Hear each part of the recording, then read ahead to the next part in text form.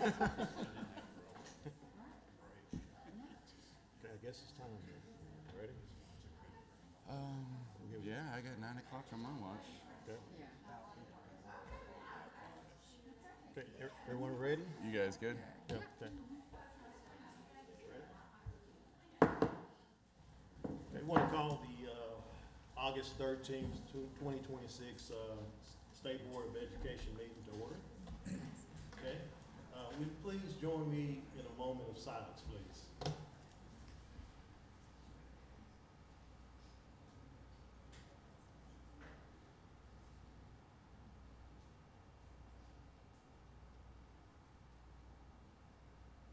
Thank you for that. Next on the agenda, we have the Pledge of Allegiance. Would you please join me? Do you want to introduce? Yes. So we have some very special guests that are going to help lead us in the Pledge of Allegiance and then follow that up with the national anthem.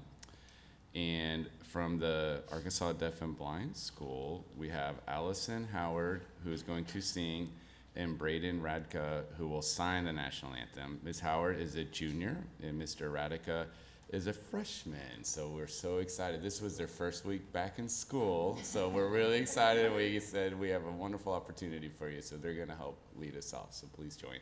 Okay. Pledge allegiance to the flag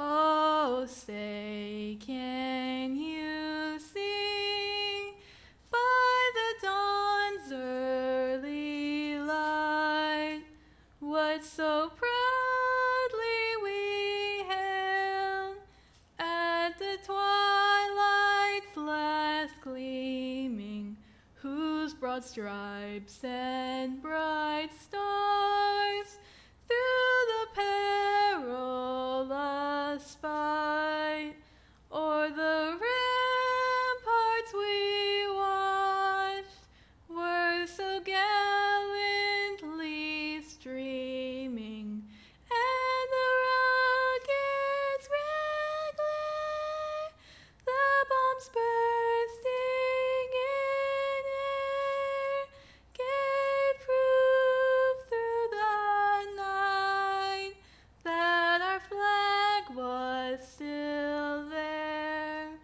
Oh, say does that star-spangled banner yet wave o'er the land of the free and the home of the brave?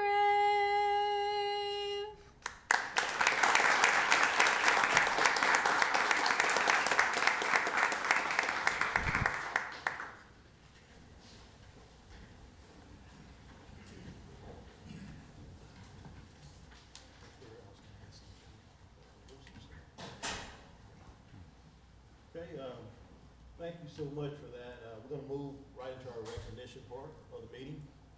So thank you, Chair. And before we start going into our formal recognitions, I think we all recognize there's a new face on our state board joining us this morning. So we want to formally welcome Mr. Gary Stark to this board, who's been committed to supporting excellence throughout the state. We are very lucky to have some of your expertise and tenure joining us and providing your wisdom and helping to guide us as we move pushing Arkansas Learns and Access forward and improve learning overall as a state.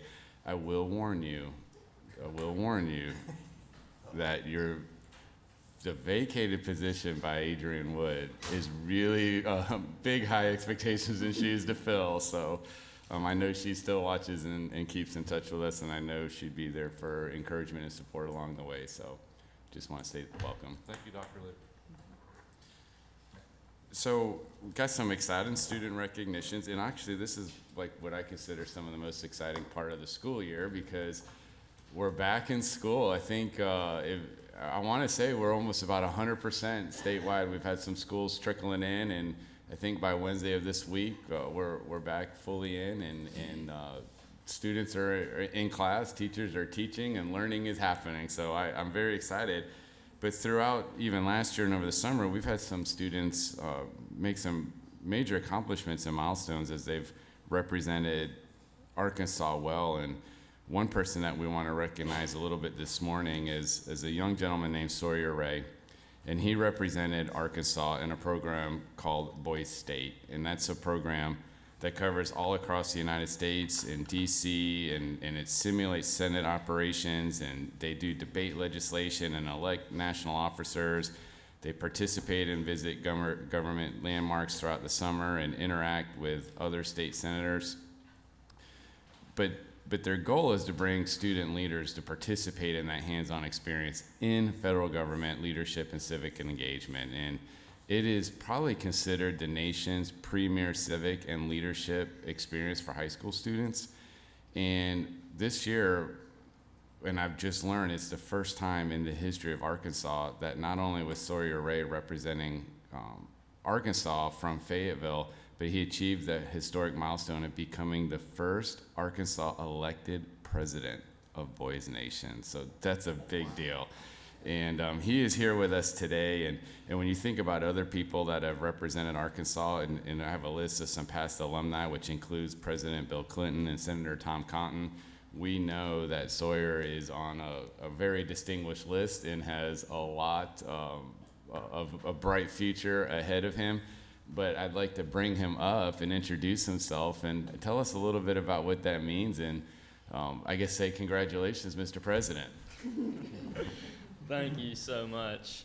Good morning, Arkansas Board of Education. My name is Sawyer Ray, and I'm the 80th president of Boys Nation. It's my honor to be with you all this morning, and I don't know how many of you have ever heard of this little saying, but growing up, I remember hearing it over and over again by family and whatnot, and it's thank God for Mississippi. And, this adage is often used when referring to state rankings in education or in the economy. But as I began to get older, I realized that this adage was not just speaking towards Mississippi. It was speaking towards the South. So often in our history, the South has been continuously discredited as being lesser than, less productive, more incoherent. But I tell you this, I'm a proud Southerner, and I am proud to represent the state of Arkansas at Boys Nation. And it's for those very same reasons that I'm so passionate about it, because the South, again and again, is considered lesser than because of where they're from or the way they speak. And it became very apparent to me that whoever Arkansas Boys State was going to send to Boys Nation, that it would need to be two individuals that exemplify what it means to be from the South. I remember my last campaign speech to my delegation at Arkansas Boys State. I told them, looked them directly in the eyes, and I was like, hey, if you send me, I will strike fear into all the other senators at Boys Nation. Because if they continue to underestimate me or my state, they will learn very quickly just how capable we are of creating real change. And I remember my final message to my constituents at Boys State was that it is not just enough to believe. It is not just enough to believe in something or in the future. Our forefathers did not just believe in freedom, they went to fight for it. Our mothers did not just believe in self-determination, they marched for it. America did not just believe she could be better, she sacrificed for it. So that all veterans, so that all mothers, and so that all Americans could see the dignity of their American dream. I knew the going to Boys Nation that I was going to run for president. And I knew the road would be long, hard, and tiresome, but I knew that I had a mandate from my constituents up in Fayetteville, from the state of Arkansas, and from this nation, to go represent what it means to be great in leadership. And I know that in order to see that better tomorrow that I believe in so dearly, I cannot just believe in it. I must go fight for it. And as I was sitting in the lounge after the election, after all things had been said and done, and after we had finally achieved this great success, no one was there. It was just me and the hum of the laundry machines next door. And I thought back to my flight to D.C. When I got messages from across the state telling me to go represent, to go be great, to go be a leader and make Arkansas proud. And I thought back to the campaign, the nights spent studying, canvassing the caucus, debating, debate preparation, and all this work just because I didn't just believe tomorrow could be better. I went to fight for it. And when the skeptics stepped up to face me, when the critics stepped up to face me, and when adversity was knocking on the door and saying, "Thank God for Arkansas," we did not back down. This is my encouragement to you. You are responsible for creating a community that fosters continued growth and excellence of Arkansan youth. I know you believe in this mission, but I implore you to not just believe, but go to work for that future. Do it so all Arkansan youth can see the opportunity they so desperately desire. And this is how we form a better state and a better nation. One where we meet the "thank God for the South" adage with pride, because not only are we proud to be from the South, but we are making real and great change in our nation. Thank you all for allowing me to be here today.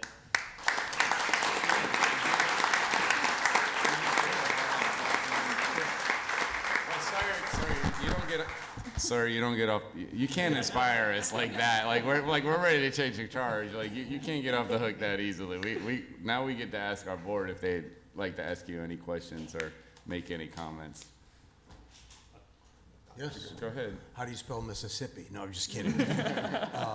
I would thank you for introducing yourself to us. And I would like to ask you, knowing that Arkansas is now part of the Southern Surge in education renewal, if you were in a decision-making position regarding our curriculum, how would you make estimation of our place in civics education? What would you do to invigorate it in the state? Do you have any thoughts on that? Well, and to be quite honest, this is something I thought a lot about because the American Legion is a civic-oriented organization. And I'll tell you, we have a required civics program in the state of Arkansas, and we have to pass a test at the end of the year. Seniors are required to take it to graduate. And that's a good initiative. However, the test itself is very easy. And I think sometimes we use it as a cop-out to say, well, we have this, but are we really teaching Arkansan youth what it means to be an American? I think our civic classes need to be more in-depth. It doesn't need to just be a semester course. It has to be a full-year course. Teachers need the time to communicate to students, this is what it means to be an American, and this is what it looks like to be involved. My coach, who's also the teacher for my civics class, loved civics. He loved teaching it, but he's like, there's just not enough time. So if there's one change that I would make to the curriculum, make civics a full-year course. Make it a full-year course that's required to graduate, because that is the easiest change that we can make initially to ensure that Arkansan youth are continuously learning what it means to not just be an American, but to be involved in American politics. Well, keep preaching. Thank you. I got a comment and then a question. My comment was, before you even started speaking, I remember this name, all right, by your name. Then you started talking, and the thing I would encourage you is, great things are going to come to you in life. There's no doubt in my mind about that. I would encourage you to enjoy the journey, not focus so much on the destination, but all the things that are going to transpire between today and when you ultimately end up at, because you're going to have a very enjoyable life, and you're going to make an impact. So enjoy those moments when they occur to you. The question I had is, I know it's related to the American Legion. Did you have a relationship with them before this, or it's as a result? No, I remember, I didn't know what the American Legion was previous to Boys State. I was sitting at the lunch table towards the end of the year one day, and my buddy had come up to me. He's like, "Are you going to Boys State?" And I looked at him kind of sideways. I was like, "What's Boys State?" And he told me about it, and I still didn't know what the American Legion was to that point, but I looked into it more, and I was like, okay, it's a veterans organization. And I remember emailing my principal the next day. I was like, hey, I'd like to sign up to go to Boys State. And by that point, I had continued to look into the American Legion to see what it was all about. But I really didn't have a relationship with them until I arrived at University of Central Arkansas and was involved in the program. Starks? Slayer, I attended Boys State in 1982, and it was one of the first times I had ventured out of my small town. One of the first times I had to be challenged to speak publicly, speak around individuals you didn't know. It was very challenging. So obviously, what you've accomplished is amazing. Hats off to you. Congratulations. Thank you. All right, Ms. Skinner? Well, so tell us your plans in the future and at what point you're going to come back to Arkansas. Yeah, for a long time, I didn't really see myself leaving the state. But obviously, this is a big boost to maybe applying to a couple of different colleges. But I've always seen myself coming back to Fayetteville. And it's been my goal for a while to at least become involved in the state legislature, if not work my way up maybe one day to maybe be governor or something along those lines. But for as of right now, I'm going to see where college applications go. But I got a letter in the mail from the dean of admissions at the Honors College at the University of Arkansas saying like, hey, I'd love for you to consider us. And Arkansas, growing up in Fayetteville, I'm a Razorback through and through, so I probably will be staying home and becoming involved in Arkansan politics after college. Wait, and we know some people up there. If you need a letter of support, we can help you out. Well, I'm encouraged by the fact that you as a student realize there needs to be more emphasis in civic education. It's encouraging, and I hope we can continue that. But kind of following up on what Mr. Peacock said, is what piqued your interest in the political process? Did you have an interest before you ever got involved with American Legion and Boys State? Or? Yeah, I remember, yes, to answer your question, I remember being little, and I would stand in front of my bathroom mirror, and I would act like I was giving a speech, and I kid you not, like I would actually sit there and speak. And whether it was about like I wanted more recess time or something as arbitrary as that. However, as I began to get older, that grandstanding never really stopped. I'll be in the truck and I'll be driving. I'll be like, whoa, that's a great talking point. I need to think that out really quick. So my interest in politics has always kind of been more in speaking, because I've always been told that, you know, you might have a gift to speak. Like that's just something you're good at. And when I realized that might actually be true, I was like, well, what can I do with this gift that I've been given? And it looks like leadership in something such as this. And the change that I can make is if it's within politics, then that's what it's within. And so it's always been something I've been interested in. And then the American Legion's Boys State and Boys Nation was like the perfect opportunity to exercise that. And I was so grateful for it. Oh, good. Well, you're very articulate in letting us know how you feel about things. I'm sure you have a good future ahead. I know you mentioned a little bit in your speech, but walk us through the moment you decided that you were actually going to run for president of Boys Nation, and then also the moment you realized that you were going to be president of Boys Nation. Yeah. Well, I'll tell you this. I was the runner-up for governor at Arkansas Boys State. So there was a little bit of hunger still left after running for everything. No, because I ran for everything you probably run for. But I remember driving back up to Fayetteville, and I was passing through the Bobby Hopper Tunnel, you know. And as I got toward the other side of it, and I don't know why I'm thinking of the tunnel, but we were in the car, and I was like, the mission's still undone, because you're going to Boys Nation, and that's not, the accomplishment is not Boys Nation, because that is an accomplishment in and of itself, but the accomplishment is going to represent the state of Arkansas. And how do you represent them the best? And it looks like running for the highest office in the land, not just because you want to have the title, but because you believe in the capabilities of yourself and of your state. And that's part of what I tried to convey through my speech is like a lot of the times we are discredited, and I wanted to prove them wrong. But I remember after we had done the debate for the election at Boys Nation, We had like about 10 minutes before they would announce the results, and I tell you what, that was like 10 hours before. I was like, come on, man, I'm ready. But I was walking around and talking to all my constituents, and they're like, hey, man, I believe in you, and I voted for you, and I don't know how to respond to them when they say, oh, I voted for you. I was just like, thank you so much. And they were all like, when the director came up and he was standing at the microphone, he was like, everybody take your seats. No seats were taken. We were all huddled around like this waiting. And whenever you heard the S of my name, the place just erupted. And I was thinking, I was like, there's no way this is really happening right now. But it was a really beautiful moment, and I didn't know really how to react. I was kind of speechless. But thinking back, I'm just so grateful for all my constituents there that they believed in me. So.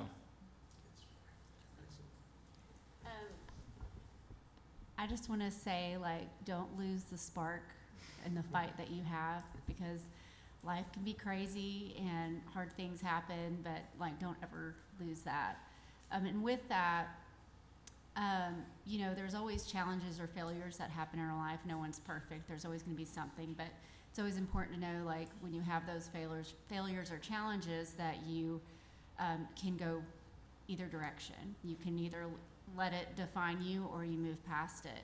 So for you, what was a challenge or a failure that really kind of motivated you to move past that and not be defined by it? Yes. At Arkansas Boys State, we have committees. I was part of the elections committee, and I was the chairman of the elections committee, and I was the chairman of my party. So I kind of was always involved in the election cycle, helping kids get up for debate, announcing names. I was very much the foreman for both of those committees. And we had a delegate who broke a couple of rules, and as we had in his debate, and I remember having an administrator come up and say, hey, we need to convene the elections committee. And so we all leave, and I have the secretary take over, and we were told to discuss whether or not the candidate should be disqualified. And lo and behold, through a majority decision, he ended up being disqualified, and I had to go announce that to the constituency. And that was a moment of adversity, because for him, that's really difficult to go through. And I tried to afterwards kind of explain to him one-on-one what happened, and he didn't take it well, and I can understand why. But continuing through that week, it was difficult to try to have a medium with him and his friends there. But I remember going to Boys Nation and being like, there's going to be instances like that. There's going to be times where people feel wronged and they don't feel like they're represented. But that doesn't mean that he's not represented at Boys Nation. Even though there was a little bit of maybe some animosity at Boys State, just in the nature of things, I knew that at Boys Nation, all that went out the window, because I was there to represent the whole state. And so I loved him just the same as I loved everybody else. But that was probably the biggest moment of adversity that I faced at Boys State. Very well put. Good job. Mr. Ray, I tell you, I was very inspired by your presentation. It was definitely connected to purpose.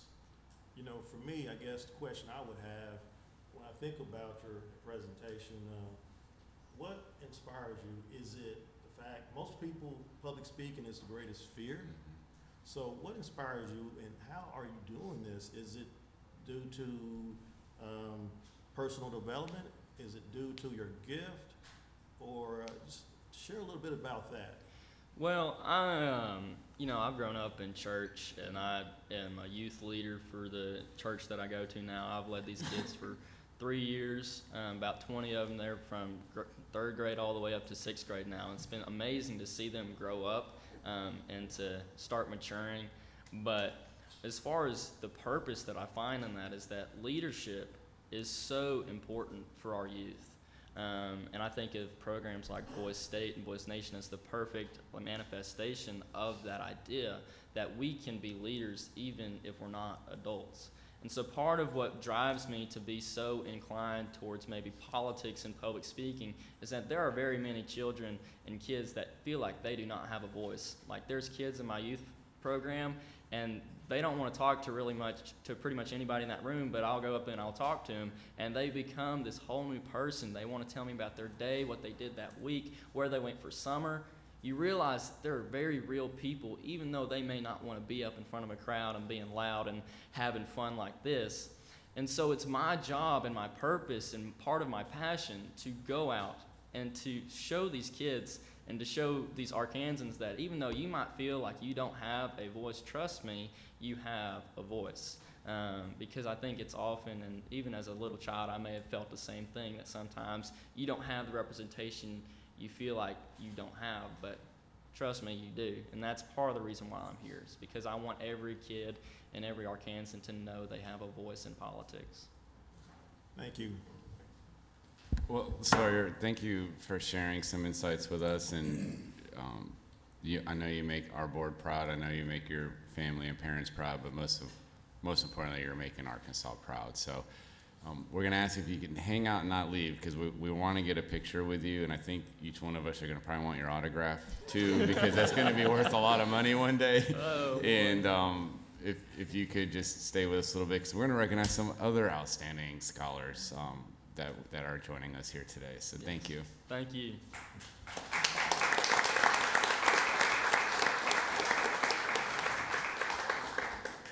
So also joining us today is some folks that participate in Arkansas Civics Bee, and there are two outstanding students that we're going to recognize. One is Jay Dervusala, which I think I got that right, from El Dorado, I got to get that right. And Ava K. I will hear about that. And Ava Kate Fields of Russellville. So the National Civics Bee encourages young Americans in 6th, 7th, and 8th grade to engage in civics, identify ways to improve their communities, and develop a deeper understanding of citizenship and public service. It's a competition that provides students the opportunity to share innovative solutions to challenges facing their communities while developing their leadership and civic engagement skills.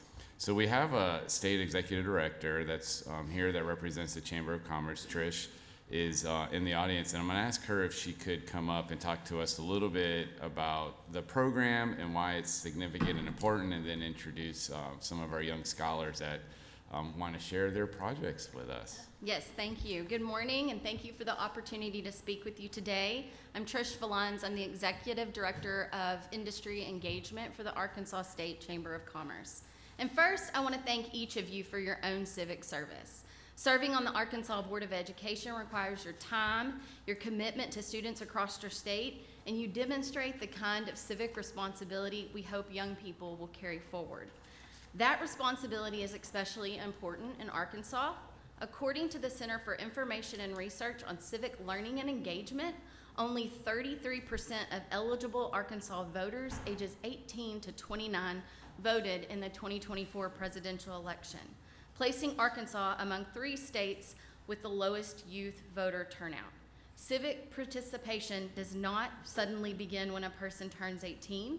It develops over time as students learn to recognize community needs, express their ideas, listen to different perspectives, and understand that their voice can make a difference.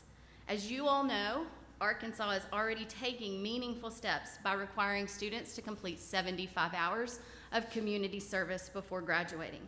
That requirement sends an important message. Serving your community is an essential part of becoming an engaged citizen. The National Civics Bee builds on that same idea at the middle school level. It moves civics beyond the textbook. They research an issue that matters to them in their community, develop a practical solution, and communicate the idea to others through an initial essay competition. Student essays are judged, and the top 20 students in each region advance to a live regional competition with a quiz portion, and those who place in the top 5 of the quiz portion present their essay idea to a panel of judges. You'll see examples of those presentations in just a moment. The top 3 finalists from each region move on to the state competition, which we host. 2026 was Arkansas's third year to host the Civics Bee and send one student to the national competition in Washington, D.C. This year, 309 Arkansas middle students started an essay draft in the National Civics Bee portal, and 109 students completed their essays for competition. These students represented 21 public schools, 4 charter schools, and 4 private schools. Regional competitions were held in Arkadelphia, Russellville, Rogers, and Magnolia. These numbers give us a strong foundation, but also demonstrate how much opportunity remains to grow awareness. We appreciate the opportunity to share the National Civics Bee with you today. As we prepare for the 2027 competition, we do hope the Department of Education might help spread the word to schools and educators to reach more communities and give even more students the opportunity to participate. Together, the state's community service requirement and opportunities like the Civics Bee can help students understand that civics engagement is not reserved for adults. It begins with paying attention, asking questions, and having the courage to offer a solution. These students you will hear from today are doing exactly that. They are not waiting to adulthood to become engaged citizens. They are identifying needs in their communities and identifying thoughtful solutions to address them. Thank you.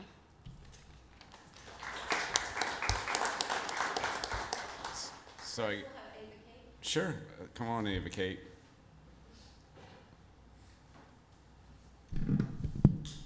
Hi, first off, I wanted to say thank you for having me. This is an amazing opportunity. I'm Ava Kate, and I'm so excited to share my topic with y'all. I think everyone here can agree that being top 10 in something is relatively good. Like if you were top 10 athlete in your school, you'd be a good athlete. That's a good thing. But how about when you're top 10 in the nation for domestic violence rates? Then it's not a good thing. Arkansas is ranked 10th in the nation for domestic violence rates. 21,000 calls are made daily to the National Domestic Violence Hotline. Arkansas is comprised of over 500 towns and communities, but we only have 40 shelters, most of which have either had to be shut down or they're losing major funds due to the Fiscal Responsibility Act. For those who don't know what the Fiscal Responsibility Act, it was an act passed in 2023 that cut discretionary spending. For those who don't know what that is, that goes towards things like infrastructure projects, education programs, and nonprofits. So many shelters were losing major stable funds, including mine. Mine was very close to being shut down, but it was thanks to our community that we got it back on its feet again. We can do that with so many other shelters in Arkansas, but it starts with spreading awareness. There are many ways we can spread awareness, through social media, through newspapers, through speaking opportunities. We just need to get that awareness out there so that our communities know that this is a problem and that they can help with it. Those awareness connections leads to donations that helps these shelters get these people in safety. Because I think it's really important that we get these people these safety, because in the preamble in the 14th Amendment, it talks about how everybody deserves equal protection under the US. And I feel like if we aren't doing our job as a community, a state, and a country to protect these people, give them basic needs, then we aren't holding the integrity of our country. Integrity is like a pillar. Pillars are foundational aspects of buildings. If we don't use our pillars, what's the point? Thank you so much.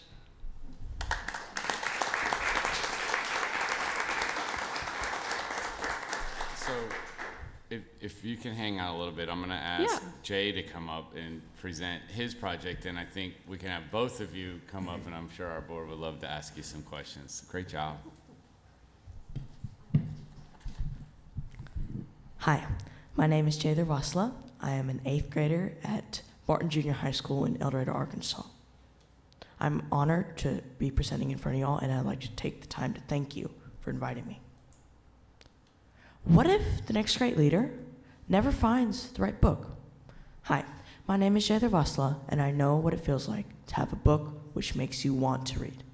When I was in kindergarten, my teacher, her name is Miss Ani, she gave me a simple 20-minute gold reading star. I really wanted that star, but before I knew it, I wasn't reading for that star. I was reading because I wanted to know what happened next. The little spark inside of me had caught fire. Eventually, I earned over 1,000 AR points in one single year. But as I grew older, I started wondering, what if that spark never caught fire because students can't find the right book? So I started researching. During my research, I discovered very troubling details. Only 27% of Arkansas's 8th graders are considered proficient in reading. So I started wondering why. Is it because students just simply don't want to read, or is there not enough material for them to read? At our local bookstore, books for ages 10 through 16 make up only 12% of the total inventory. At our local library, those numbers are even less, with only 4% of the total inventory being dedicated for the 10 to 16 age group. Those numbers made me realize that middle schools are stuck in what I call a reading transition gap between elementary school reading programs and high school expectations. We're in the middle, and sometimes that middle can feel like a desert.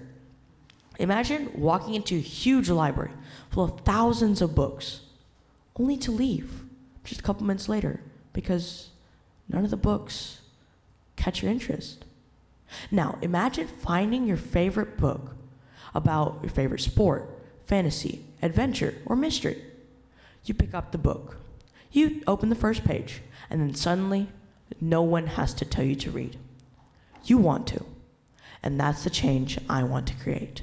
And I've already put this plan into action. I've reached out to local businesses and community leaders to help support my project and ensure that these books can be easily found by students. Because the goal isn't to just get as many books as possible, it's to make finding the right book easy. The demand is real.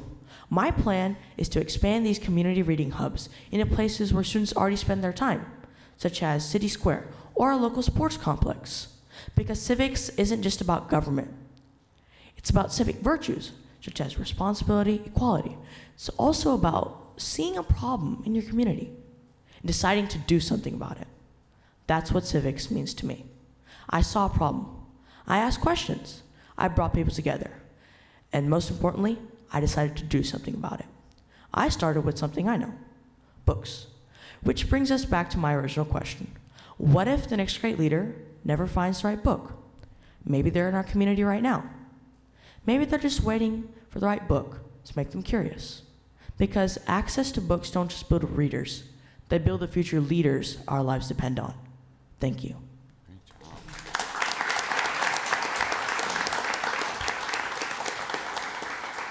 Great job.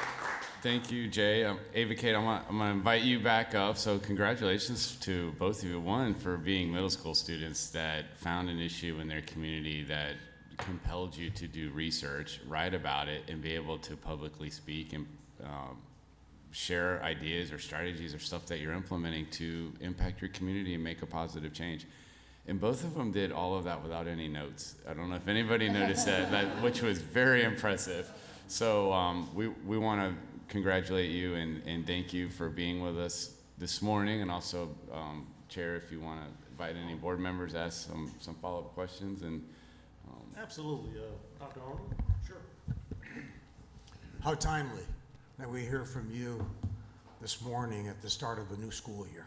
You really give us hope that what we're doing matters, that we're bearing fruit, that we see such learners as you really step up. How encouraging. It really is. Thank you for that. You know, I think every day we're kind of aware of what happens without civics education in our school. Our nation's in turmoil for that deficit. So thank you for taking an interest in that, showing us why it matters. And this is, I guess there's no question embedded except for, would you like to comment again on how civics lights your fire?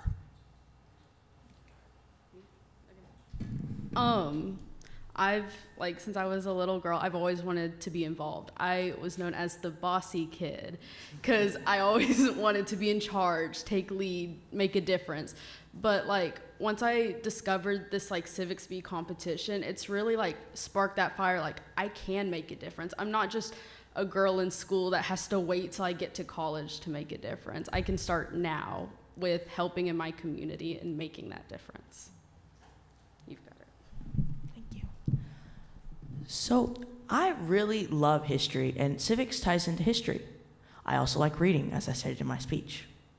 So when I got that reading star from Miss Hani, and then I saw other kids like groaning about, oh, I have to do reading homework. I was like, why? Reading is fun. So then I realized that that's not the case. That is my passion. It lit a fire in me. I wanted to change that. And that's my plan to change that. Thank you. And El Dorado and Russellville must be very proud, as we are. You know, I tell everybody all the time how much I enjoy sitting on this board and participating at this level because we get exposed to these types of opportunities every month and in between even. So thank you for bringing joy to our participation on the board. It's fantastic. I've got a question for each one of you. First off, Ava Kate, with the domestic violence, I think I've read that a lot of times it's self-perpetuating, and so children who have grown up in an environment that has domestic violence unfortunately find themselves participating in that as they become adults. Did you look at opportunities to help kids understand that risk and how to navigate their lives so they don't face that?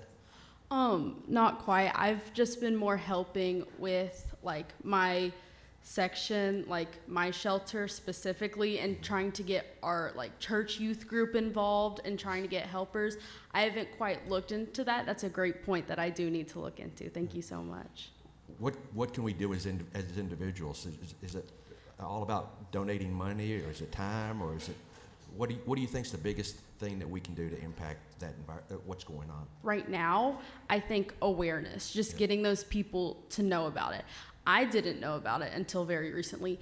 I even talked to Mandy, our shelter's like owner and supervisor. She didn't know about it until she was in college, and there was a speaker who came and talked about it. So we didn't have a shelter for a long time. So I think just starting that awareness and getting those people's sparks lit, that brings volunteers, that brings donations. And in my town, we have like a thrift store where you can donate like clothes, blankets, and things that get sold, and those funds go to our shelter.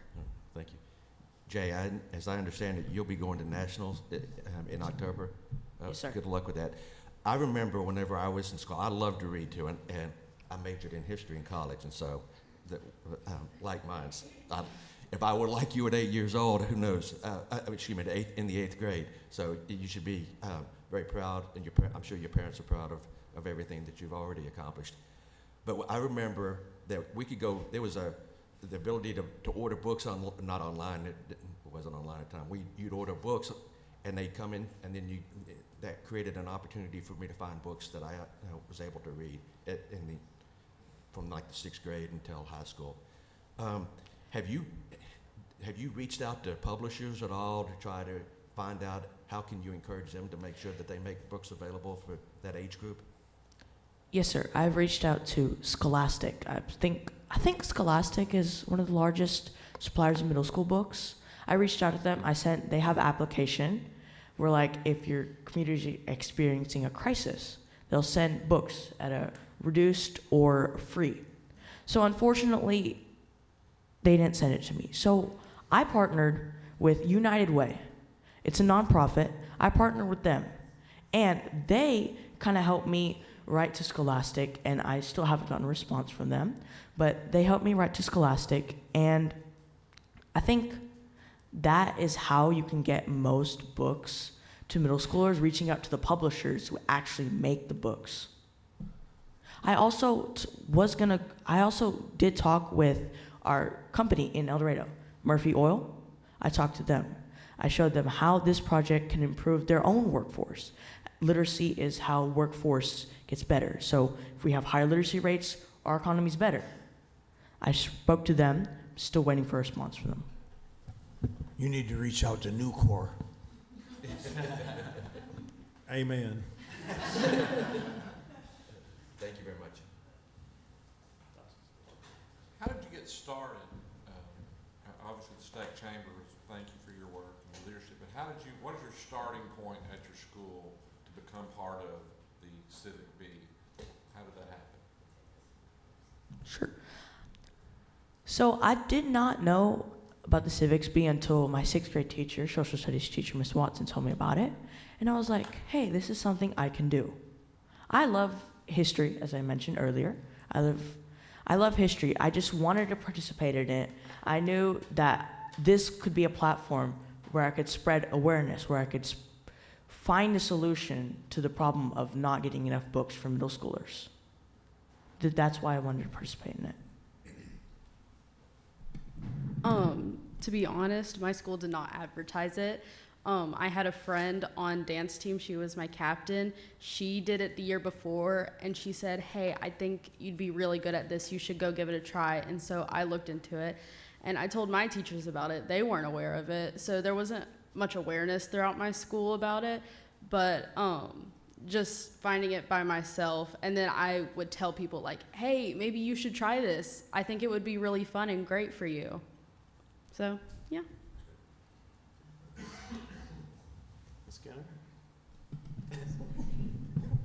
For Ava Kate, our local women's shelter suffered some of the same cutbacks that you're talking about. Have you been involved in this long enough to know that, see if increased civic engagement is actually translating to more funding? I know my civic engagement.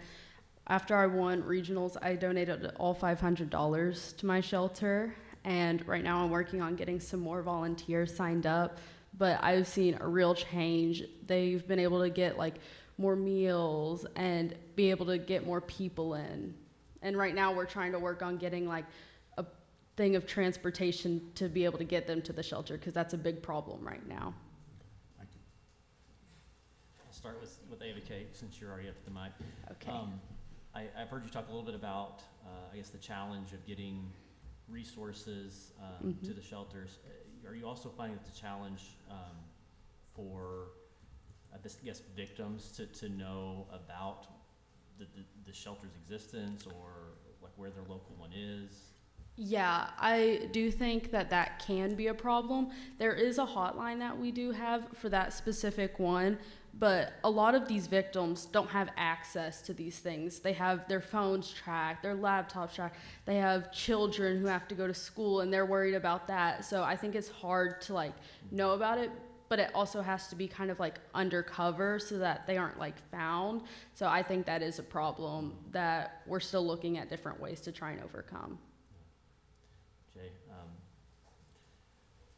I think probably one of the biggest obstacles to that spark that I see, I mean, obviously today, you know, we have in Arkansas the bell-to-bell no-cell because technology, as good as it is a real hindrance to learning, and I think especially reading.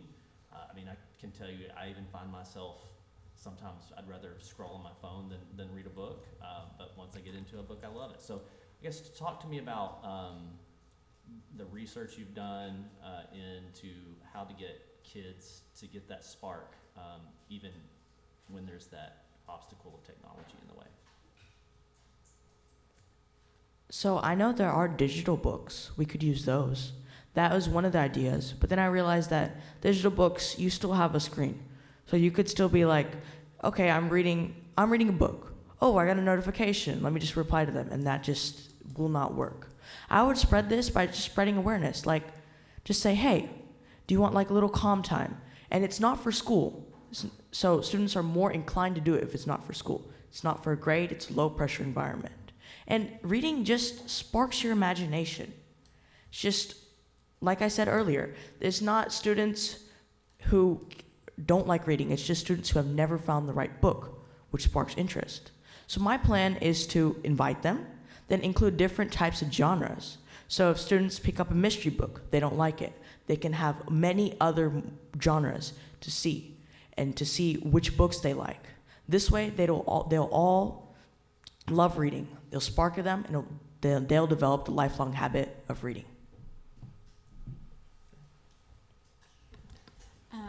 So this is for Jay. I've talked to several librarians about like the middle school level of reading and the books that are provided. I know that there is a struggle with particularly middle school students and junior high students because either the text is too mature, like it's too much for them, and so they don't choose those books. But then you also have like the lower level books, but they're most like baby, like they're too young, elementary, and nobody wants to walk around with an elementary book in their hands.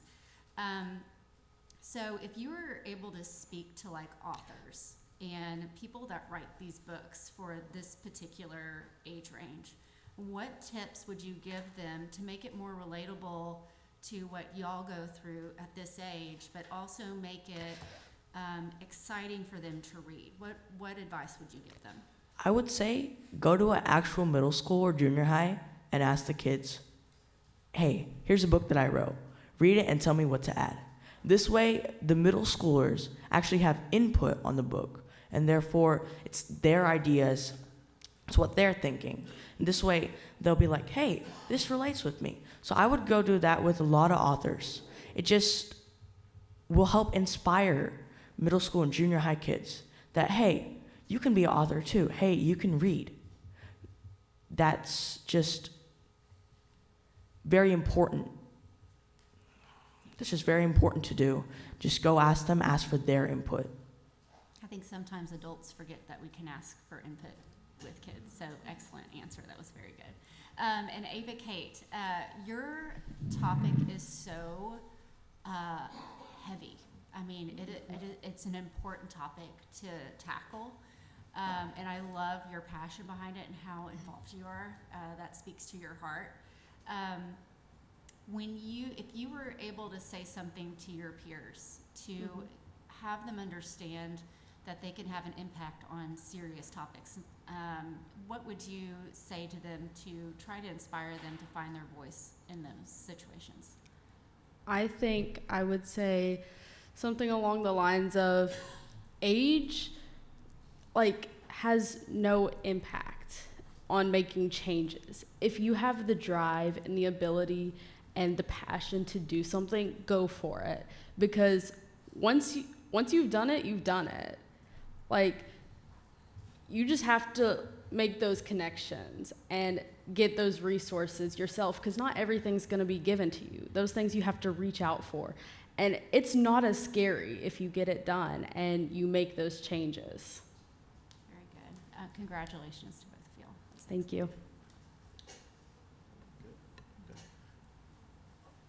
For me, when I think about your presentation, it's hard for me not to think about, you mentioned civic duty. I think that's one of the most important engagement things you can do as a human. Secondly, you spoke a lot about reading. And reading, in my opinion, is the exercising of public speaking. They're best friends. Because inadvertently, you become a better public speaker the more you read, because you say words that you probably wouldn't have said, but the fact that you read it. So very inspired by that. Tell me, what was your influence on your civic duties, reading? Was it Rosetta Stone? Was it the gift of wanting to make a difference? Just interested in knowing that.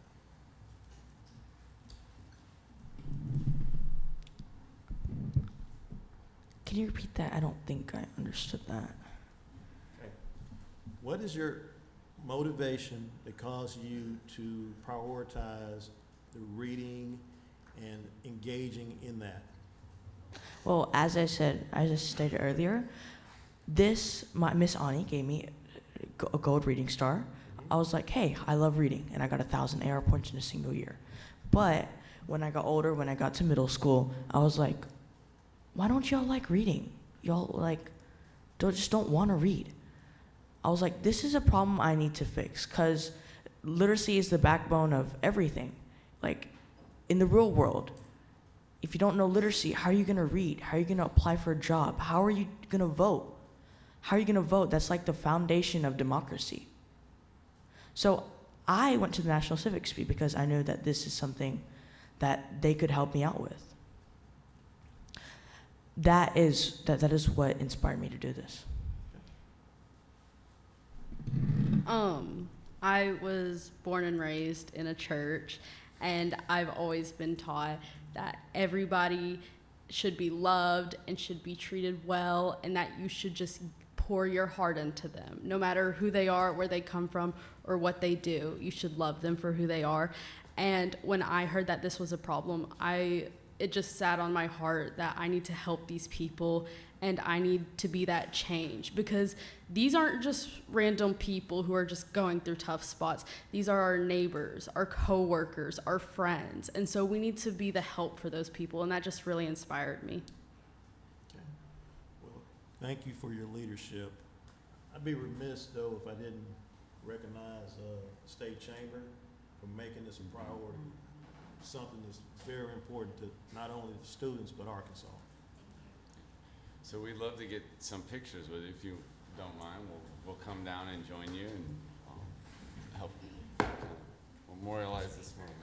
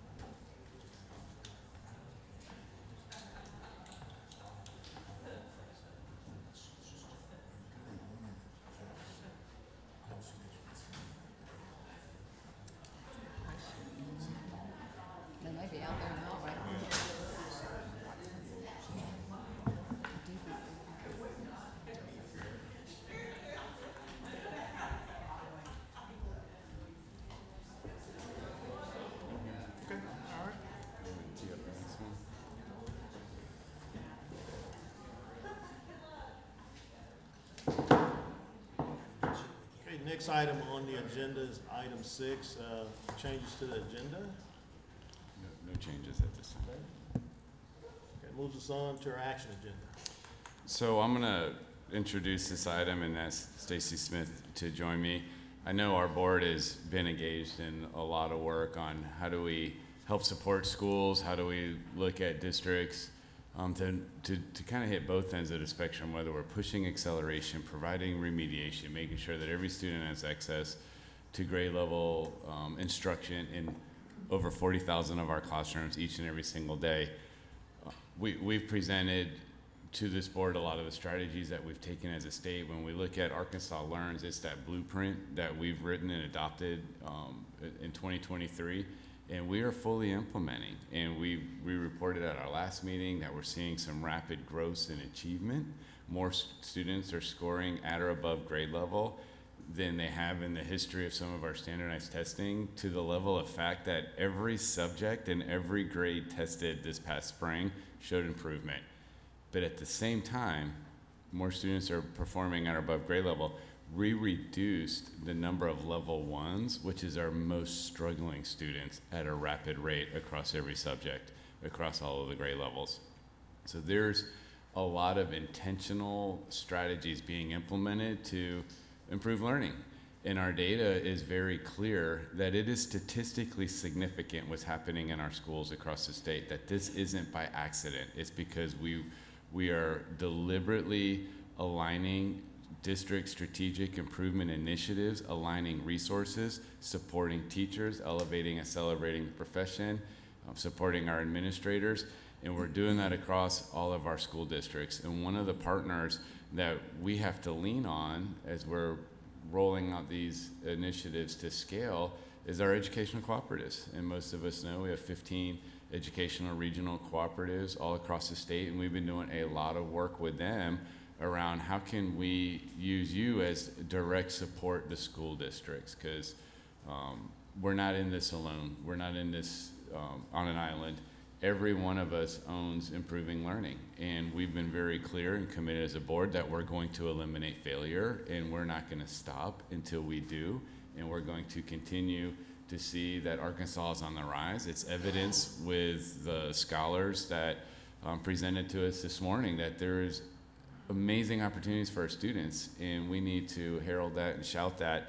And everybody needs to know that what we're doing in Arkansas, whether it's our state initiatives with Learns and Access, what we've done with aligning our federal waiver requests, the entire nation's watching and they're jealous. And every other state is trying to figure out what they can do in their own states to copy what we're doing, because the results that we're getting is evidence, it's empirical, and it verifies some of the sacrifices that we've made and some of the challenges that we've made, and the honesty we've had to have about the system that we've been operating in. But being able to provide clarity and alignment is a game changer. We have not arrived. We still have a lot of work to do. We know that learning gains in school and district grades will be coming out here probably in the next few weeks. Hopefully, if our next board meeting, we'll be able to provide an update on that, because I know this board's interest in working in those communities and making sure that we're aligning our agency's resources to get that right is important. But one of those big, key, important partners for us as a state in order to be successful is our educational cooperatives. And we've been working with them for some time, and today we're going to hear about, I guess, some of their strategies for improvement. We have some co-op directors I can see in the audience that are likely going to share what this journey's been, because they'll probably tell you I've been hard on them a little bit, but at the end of the day, we know we got to get this right. We're talking about our students, and we have to act with urgency. So I'm going to ask Stacy Smith to come up and talk about what is this kind of redesign, what is this role, what has this support been like, and why do we know we're going to continue to see the great success that we've seen. Thank you. Good morning, Stacy Smith. Let's see if I get this on. Okay, just real quick again, we've got 15 educational service cooperatives around the state. The smallest of our co-ops, I think, believe serves 8 or 9 districts. Legislatively by law, that's the smallest that you can have as far as districts you serve. And then on the other end, we have districts that serve as many as 22, 26 districts. So they vary by size and who they support. What you see as an action item today on the board agenda is called the annual reports. It's a legislative report that the co-ops are required to do, all right? And so in that report, there are very specific things that have to be in there. So if you read through their reports, there were probably things that you saw and you thought, why are they telling me that, right? It's because it's legislatively required. They're required to report their policies, their procedures, their employees, pieces like that. So just know that some of the things that you saw in the report are in there because of the requirement.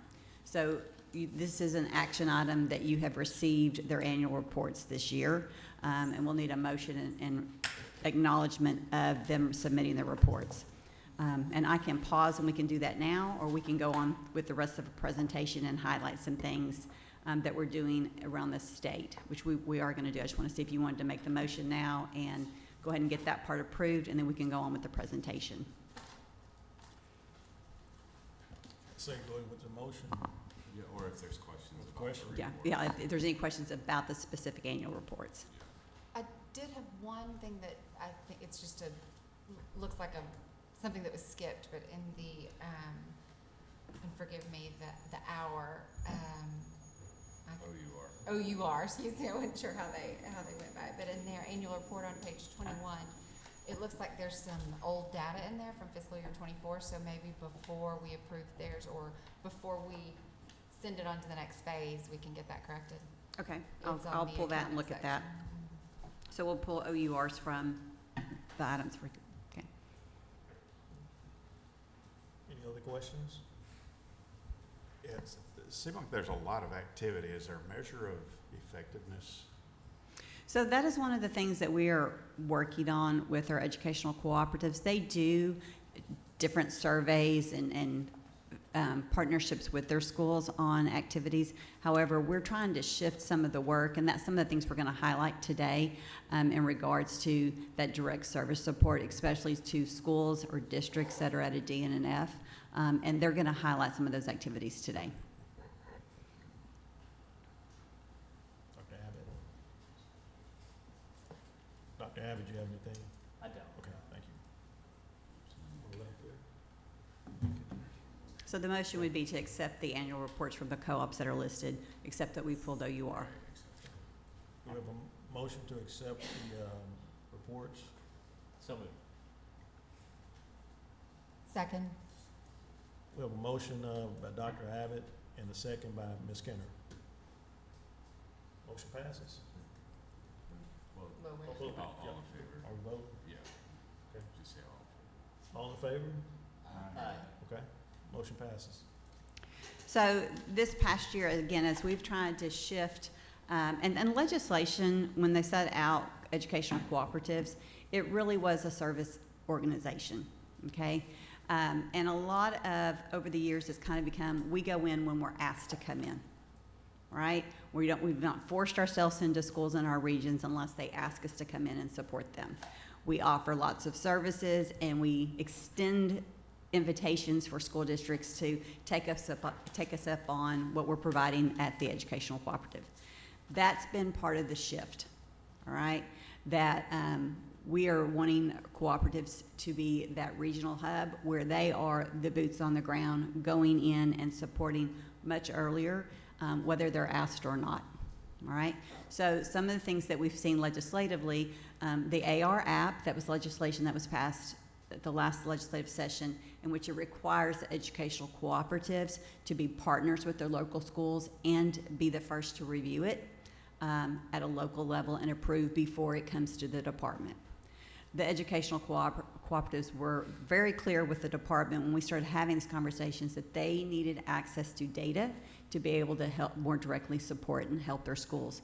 We've made that happen. They now have access to the current data that's happening in their schools to be able to assist districts in, one, doing a comprehensive needs assessment, identifying what they need to be working on in their regional areas, and then being able to directly support schools. Another area in which we've really partnered with them recently on, is mentoring of building administrators. All right, we know that building administrators are key to moving a district and moving a school. And so they are in charge right now of mentoring our new principals and programs. So they're going to kind of highlight on that. And they're also going to highlight, this last year, we put a requirement out that they had to do walkthroughs and observations in schools in their regions that were DNFs, okay? And if there was a district that was a DNF, to get into those districts.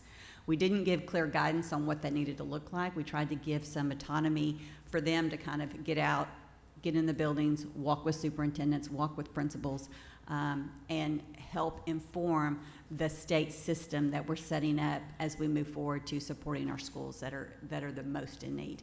So today, I think we have 4 of our co-op directors here today. I believe 2 of them are going to be presenting to you today, and that's Mark Taylor from Archford and Karen K. McNahan. So at this point, I'm going to ask them to come up and kind of highlight some of the partnerships that we've had as a state moving forward and what this structure looks like.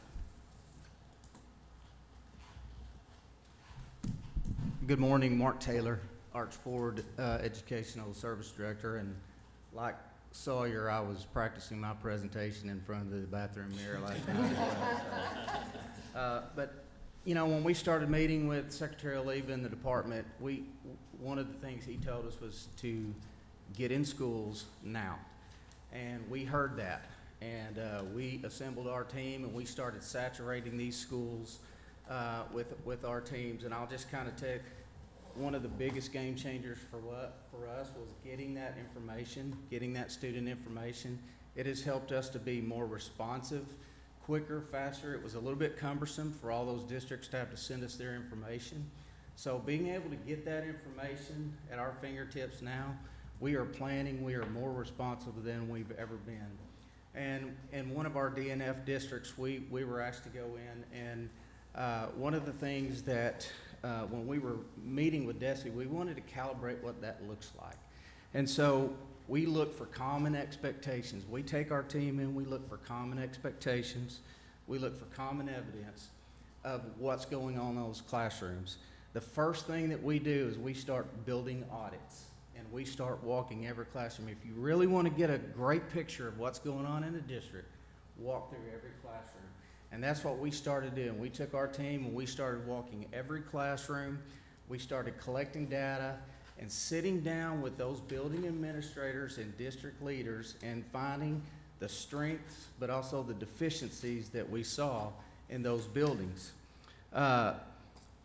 After every single one of those meetings, when we were done, one of our central question was, what can we do to improve instruction tomorrow? Not next week, not next semester. What can we do to help instruction tomorrow? And that question really stuns a lot of administrators, because they're, you know, we're a planning type organization thinking down the road. No, we want to improve instruction tomorrow. We don't have time to waste. So some common challenges that we find as we are walking through our DNF districts, we find high teacher turnover. We find a high number of novice or unlicensed teachers. We also see inexperienced administrators. And then limited access sometimes to high quality instructional materials. Or if they have those materials, have the teachers been trained properly and given the training to implement that? Because those materials are worthless if they haven't been taught to implement those. So all of that culminates into one of the main problem is weak tier 1 instruction, okay? So as we walk in and we push in, we are boots on the ground. We're not asking these people to come to the co-ops. We are pushing in. And that was another thing that we had great conversations about. We need to be in those classrooms. We need to be walking those halls. So we push into those schools and we work with those building principals. We walk alongside them and we are building a shared vision of what good instruction looks like. We are walking with them in those classrooms. In every classroom, we try to identify a glow and a grow, something that teacher did really well, but one measurable action step to make that lesson even more meaningful. And we leave that teacher with specific feedback. And that is another issue that we found. The feedback loop was broken. Principals were not giving timely feedback to teachers. Well, how are you going to improve if that feedback is not given? So we worked really hard with our principals to give them the tools that they need to give that feedback immediate, so those teachers can move on and improve from that lesson. Questions that we ask, how can we make that lesson more meaningful? How can we increase student engagement? You know, we see teachers working so hard in their classrooms, and sometimes they're doing all the work and the students aren't as engaged. So we work with those principals on how to increase that student engagement. Are students thinking, discussing, problem solving? We start asking those questions. So what we did, for example, we went into a district when we were finished through our walkthroughs, we saw very limited student engagement. So we sat down with the principal. We came up with one goal. We are going to increase student engagement in every classroom. Well, how do we do that? We immediately got a professional development for those principals and teachers on research-based strategies, and those, once we gave that PD, they could use these in their classrooms every day because they're research-based. And so we had an action plan. We followed through then on our next walkthroughs. All we're looking for is increased student engagement. 2-3 weeks down the road, when you're walking through and students are talking and they're discussing and teachers are, takes the load off that teacher. But that was just an action step that we took from goal to action. Another example would be in one district we found extremely high use of technology, lots of screen time. And you know, sometimes outside eyes are able to help you see that. So we would back another goal. We're going to decrease screen time by 80%. Now we still need a little because they have to test on computers, but we're going to find a way to make sure that that screen time is helping student achievement, not babysitting. So, you know, some of these things are action steps that we took to help our districts. But this is our work. This is cooperative work. This is what we should be doing. This is what we should be leading in this state. And, you know, we would love to put OCSS out of business because we would love to intervene in all these schools and get there before they get into this. And so I appreciate the department empowering us to do this work, and I hope that we can continue partnering together because the department brings those high expectations and that accountability. We can use our regional proximity and our regional relationships with our schools to make sure that we are seeing these processes through. So. If I could add to, and Mark, I'm not putting you on the spot, but you know, we've been having these conversations with the co-op directors around, you know, how can we get a better use of your time to support student learning, to make sure we're getting the right outcomes.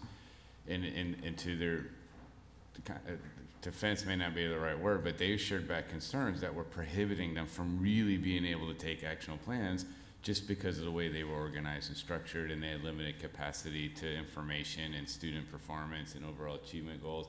And then their board of directors are the superintendents that they're now trying to hold accountable. So it puts them in a spot where I think we were able to come in as a state and say, no, this is going to be a directive from us. Like, we're going to give you the resources, we're going to give you the information, we're going to give you the cover, and we're going to say, you've got to be in every DNF school. We gave them a really quick timeline. Like, when those grades came out, they're all not in their heads. I think we gave them about 2 or 3 months, and I was like, I want a report on what you found in each one of these schools and in these classrooms and what you're going to do to help support those teachers and principals. And it's not punitive. It's not to tell principals they're not doing a good job or to tell teachers they've missed a mark. It's to identify patterns and gaps and then say, hey, we have these resources, we have this expertise. How can we work with the district to have a specific plan to identify some opportunities that we want to see improve? And Mark, this might be where I'm putting you on a spot.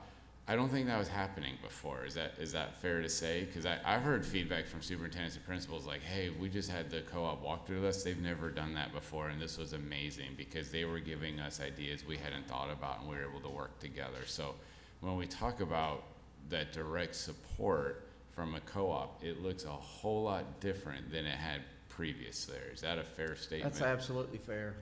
I think the first, 4 months of my job as co-op director was some of the most boring time in my life. And when you said go, we could not wait.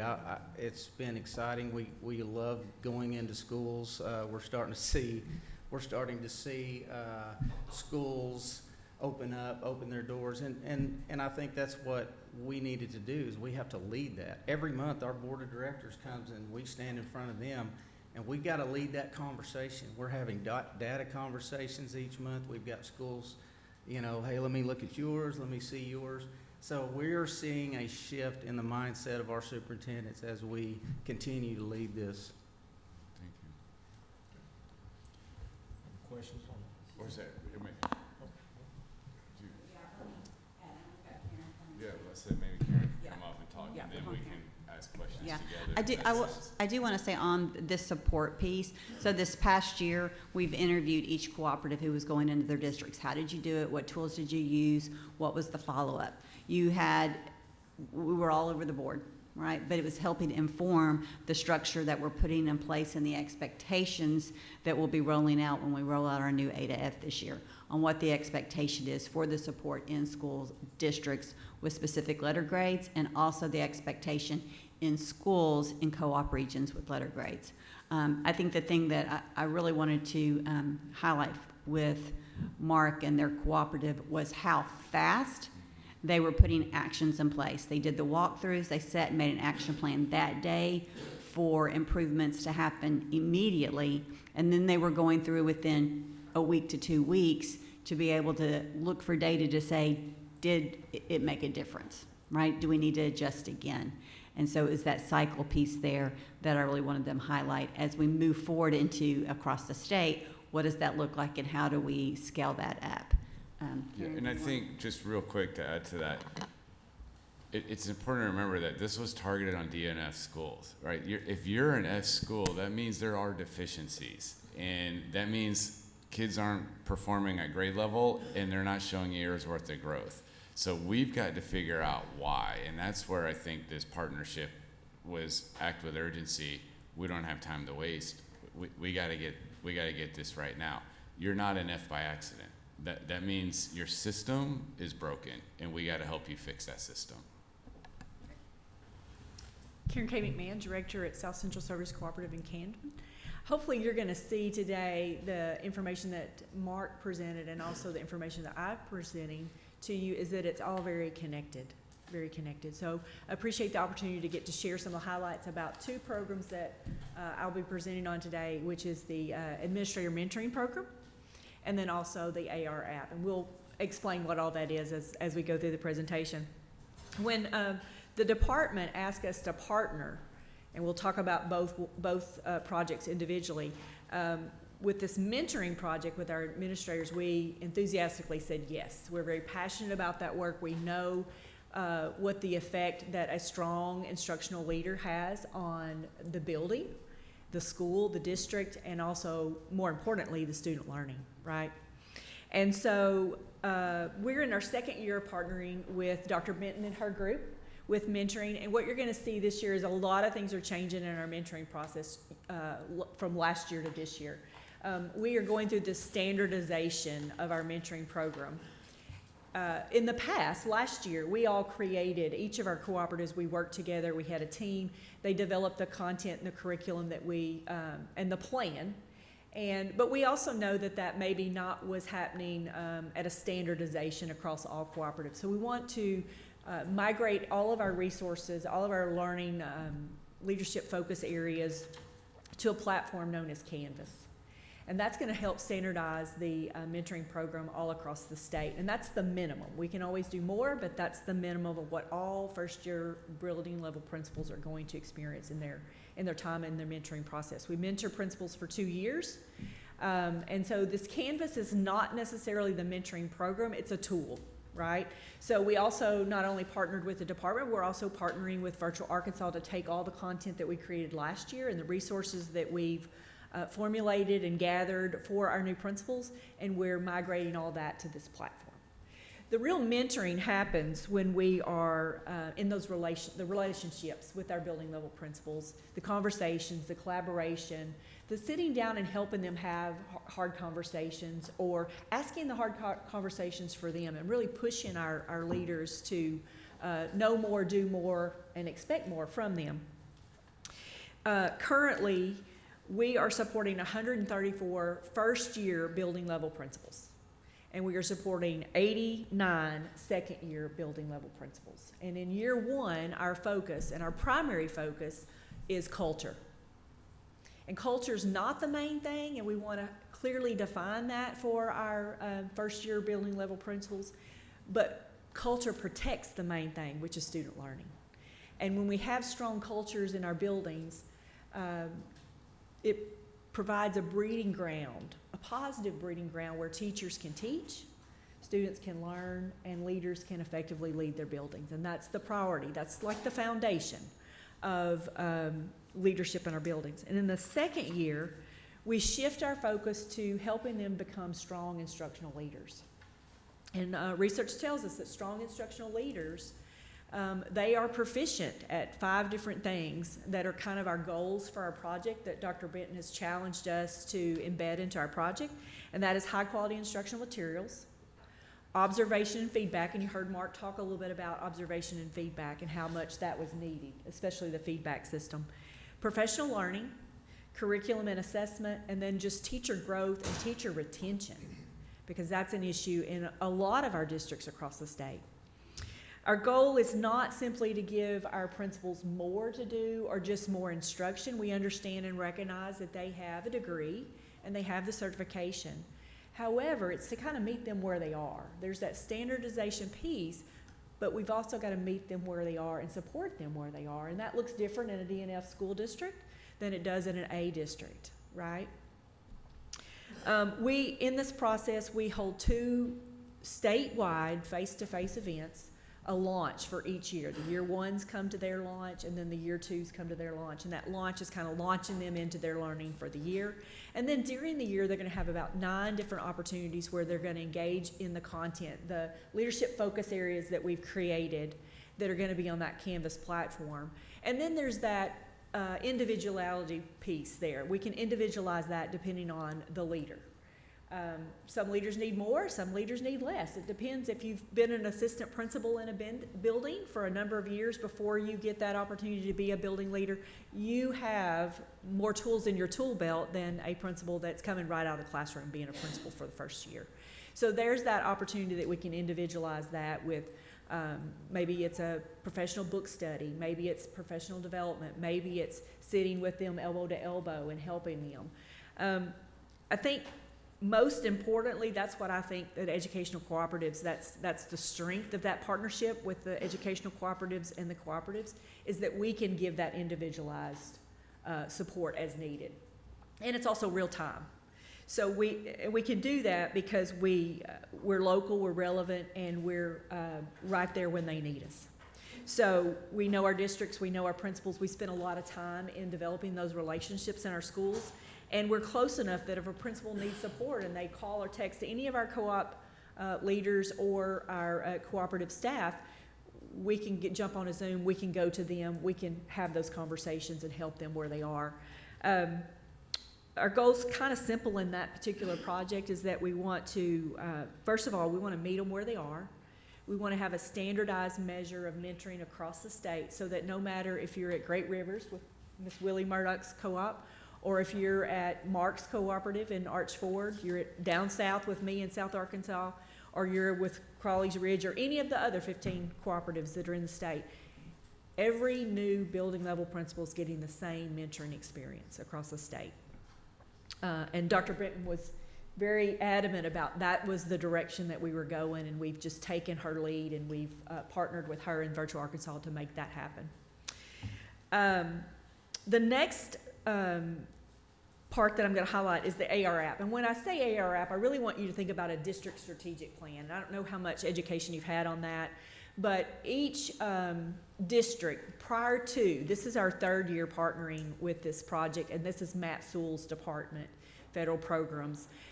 Previously to the ARAP, school districts were asked to, in isolation, manage 8 grants and 9 separate applications. And they were doing that very much in isolation. And a lot of times in some districts, it may be just one person taking care of all of that. But, oh, sorry. Oh, sorry. Okay. So 17 things that districts were expected to do, but they were doing in isolation. And we've streamlined that all into one application, which is basically this district strategic plan. And it gave districts a chance to step back and ask these questions. What is the data telling us about our students? What do our students and teachers really need? How are we going to align those resources? So it really serves, if you think, it's serving as a compass for that district once it's all completed. So when Matt came to us with that idea, we said yes. Kathy Swan at Arkansas River says, as cooperatives, we need to be the yes person. We need to say yes. And we do. And we're proud to step up and be a partner and help to solve problems and be a critical friend to the department.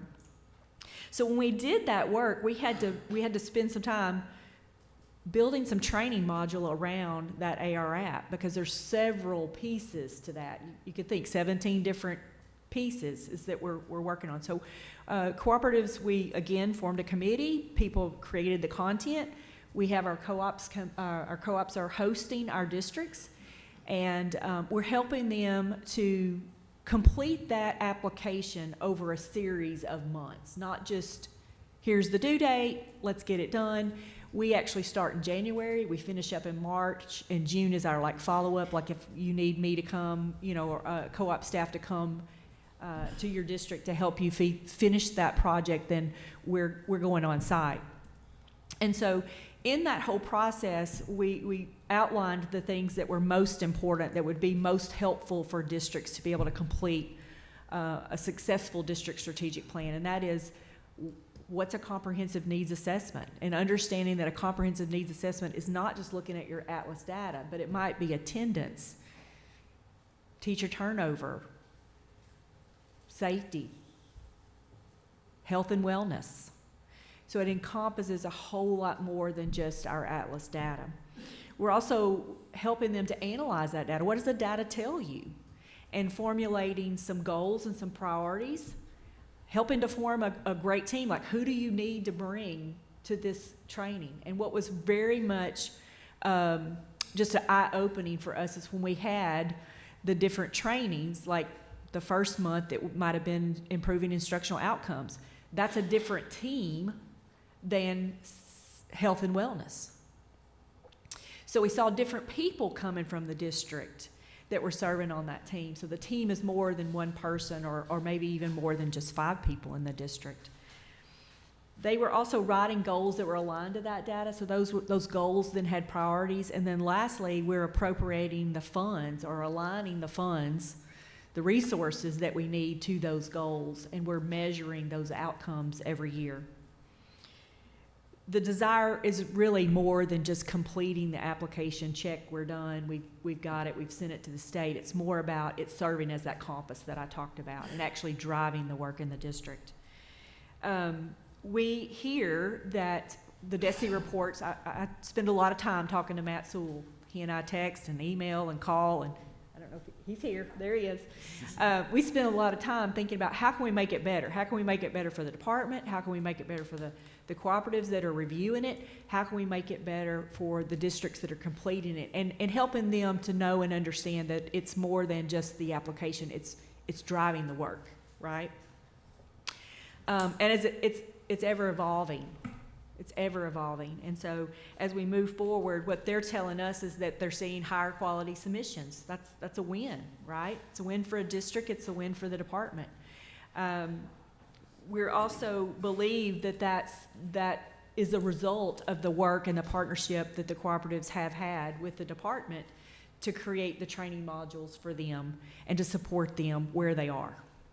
Okay? We know that probably in this next year we'll be weaving in the federal waiver that's been approved, and how is that going to impact the AR app? In fact, we're already starting getting some calls like, how's that going to change my district strategic plan?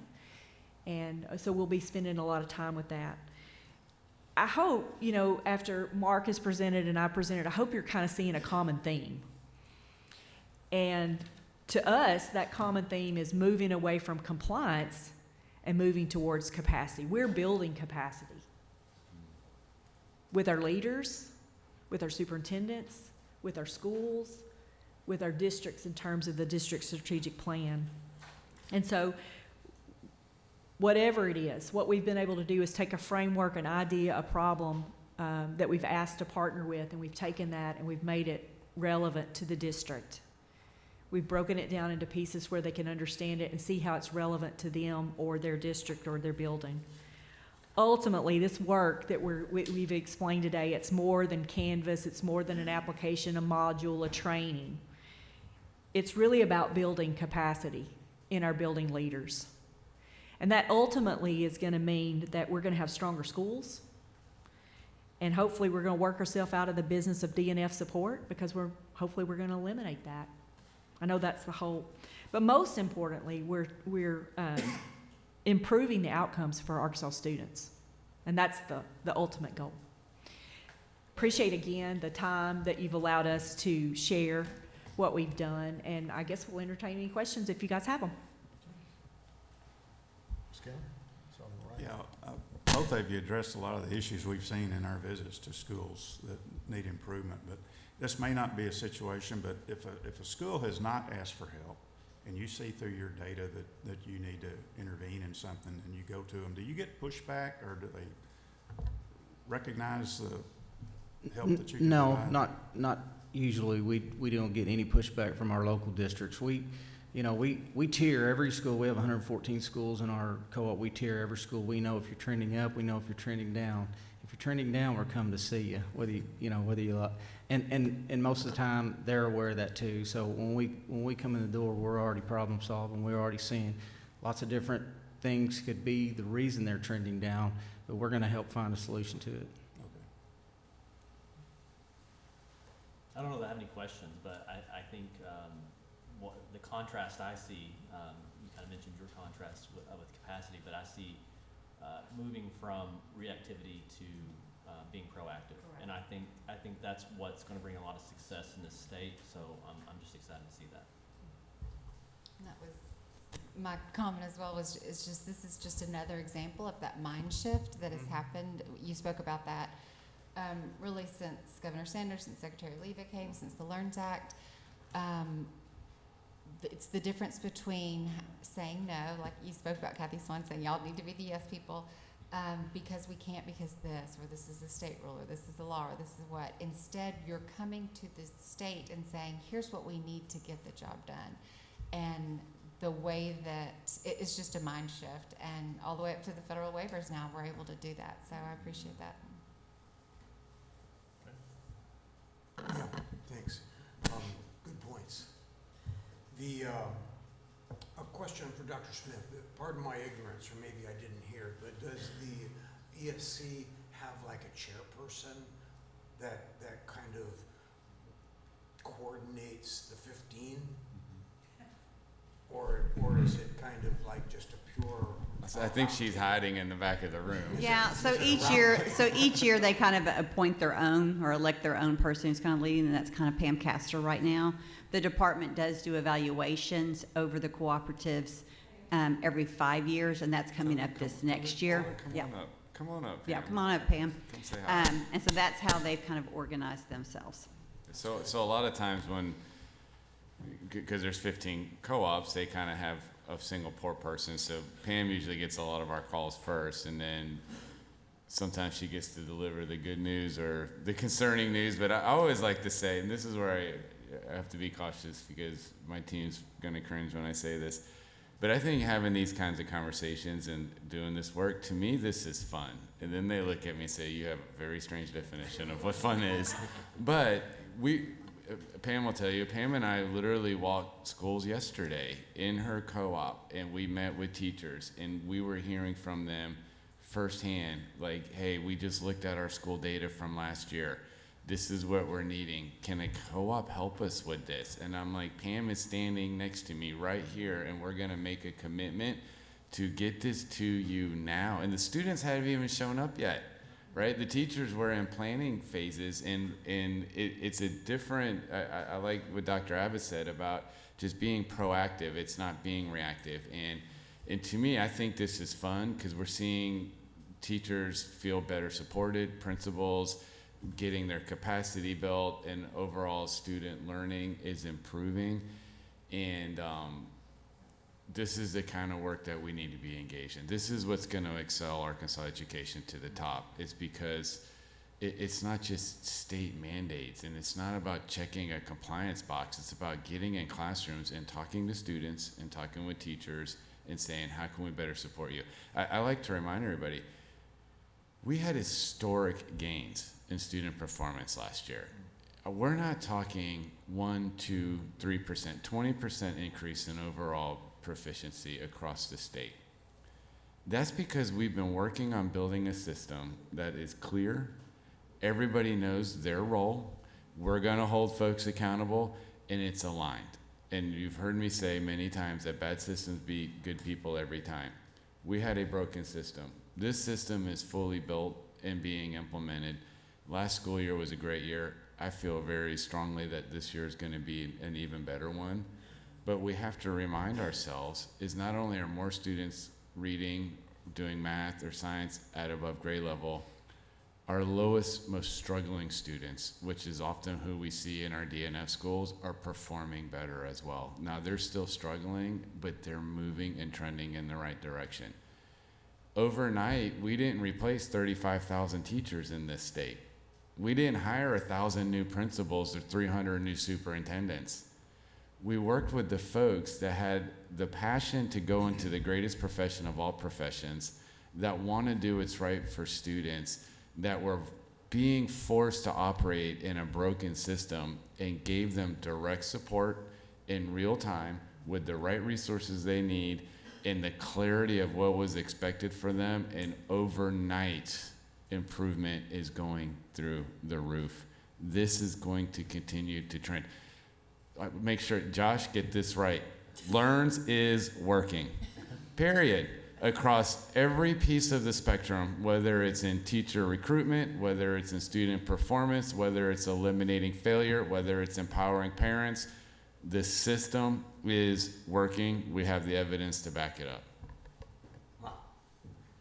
I have another question after that round. Sorry, Dr. Arnold. No, that's good. I love it. Steve didn't even get the answer. I just jumped in on top. I love that, and it really shows, you know, Dr. Abbott, Ms. Keener, it represent our light bulb of we get it, and we're excited about it. And Mark will add another mind shift from board to not board, in your words. And we, in these school visits, you know, we have sensed that real partnership and cooperation, so thank you for it. And Pam, thank you for running point, being the tip of the spear. You're a stealthy one, I can tell.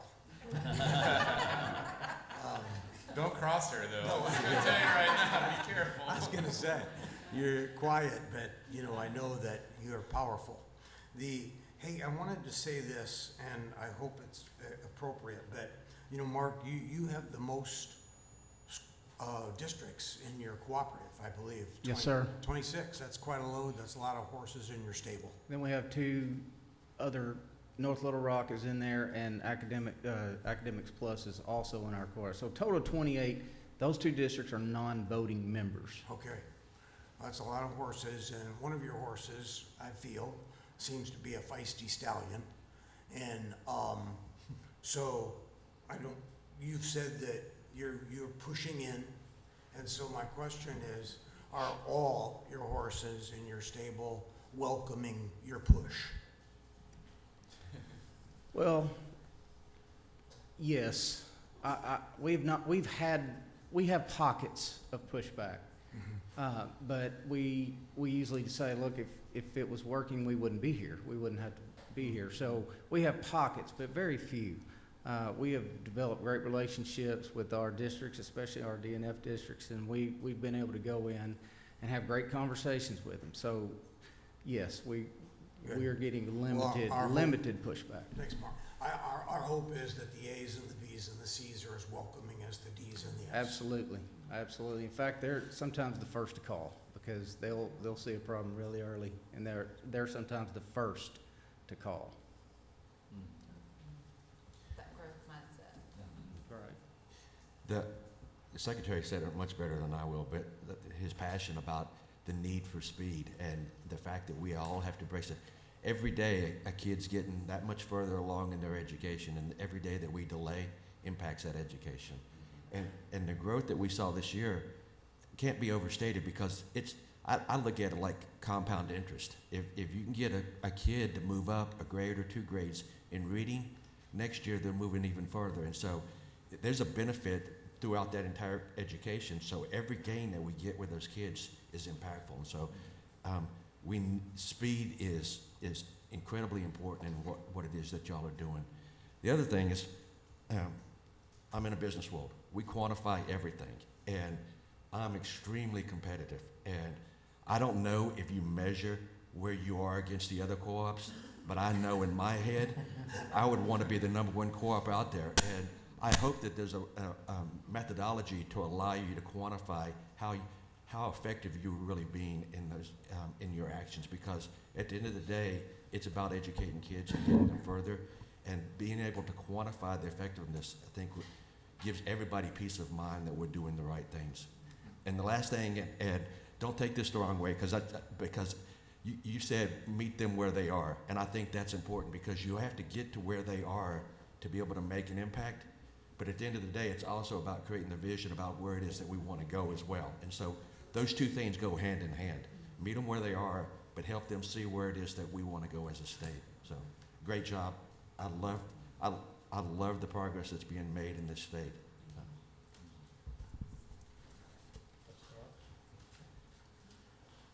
I did have about 4 questions. I did have about 4 questions, but the secretary politely answered all 4 of them. So. I do want to close the loop on something here real quick. So when we're talking about the AR app, again, that is really meant to be the district strategic plan, right? Intentional planning, aligning your money based on what your district has identified as your needs.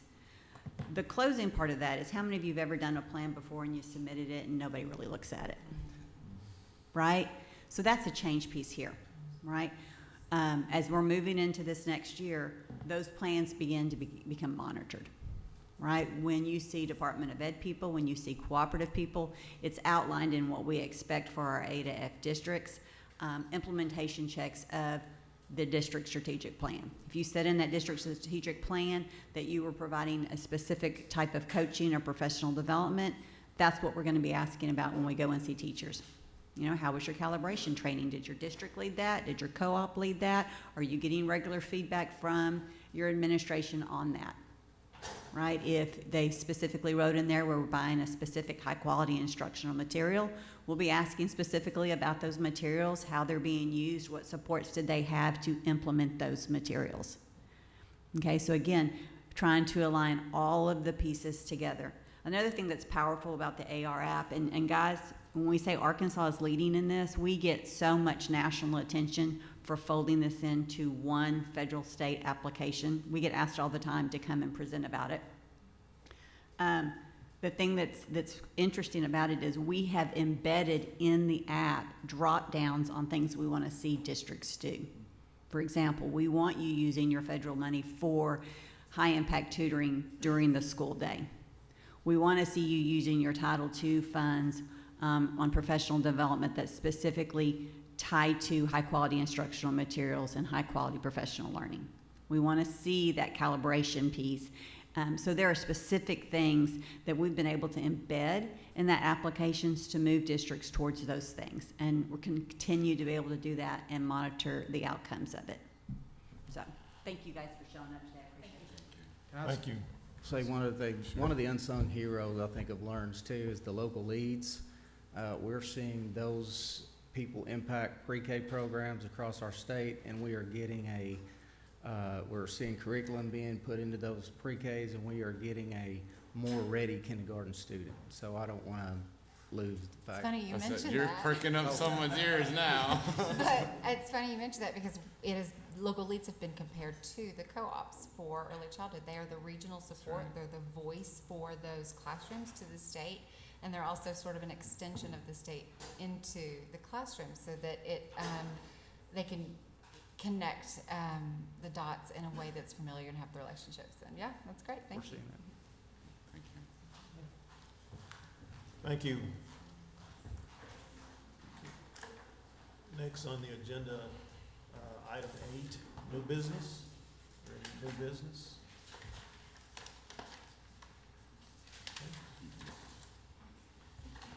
Leads us to our consent agenda. Go.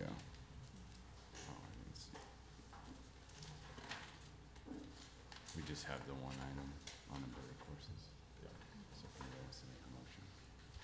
Move that we accept the consent agenda of the state board minutes. Second. Dr. Arnold moves, second by Ms. Kenner. Right. All in favor? Aye. Motion approved. Okay, next on the agenda is, I'd like to hand it over to, we want to take a break. Well, this is what I'm gonna propose. Before we do reports, I believe we have some public comment sign up that maybe we could take public comment and then take a quick break to reset and then go into board reports. Is that, if that works for Absolutely. you and the board? So, no, you just voted on it. Okay, sorry.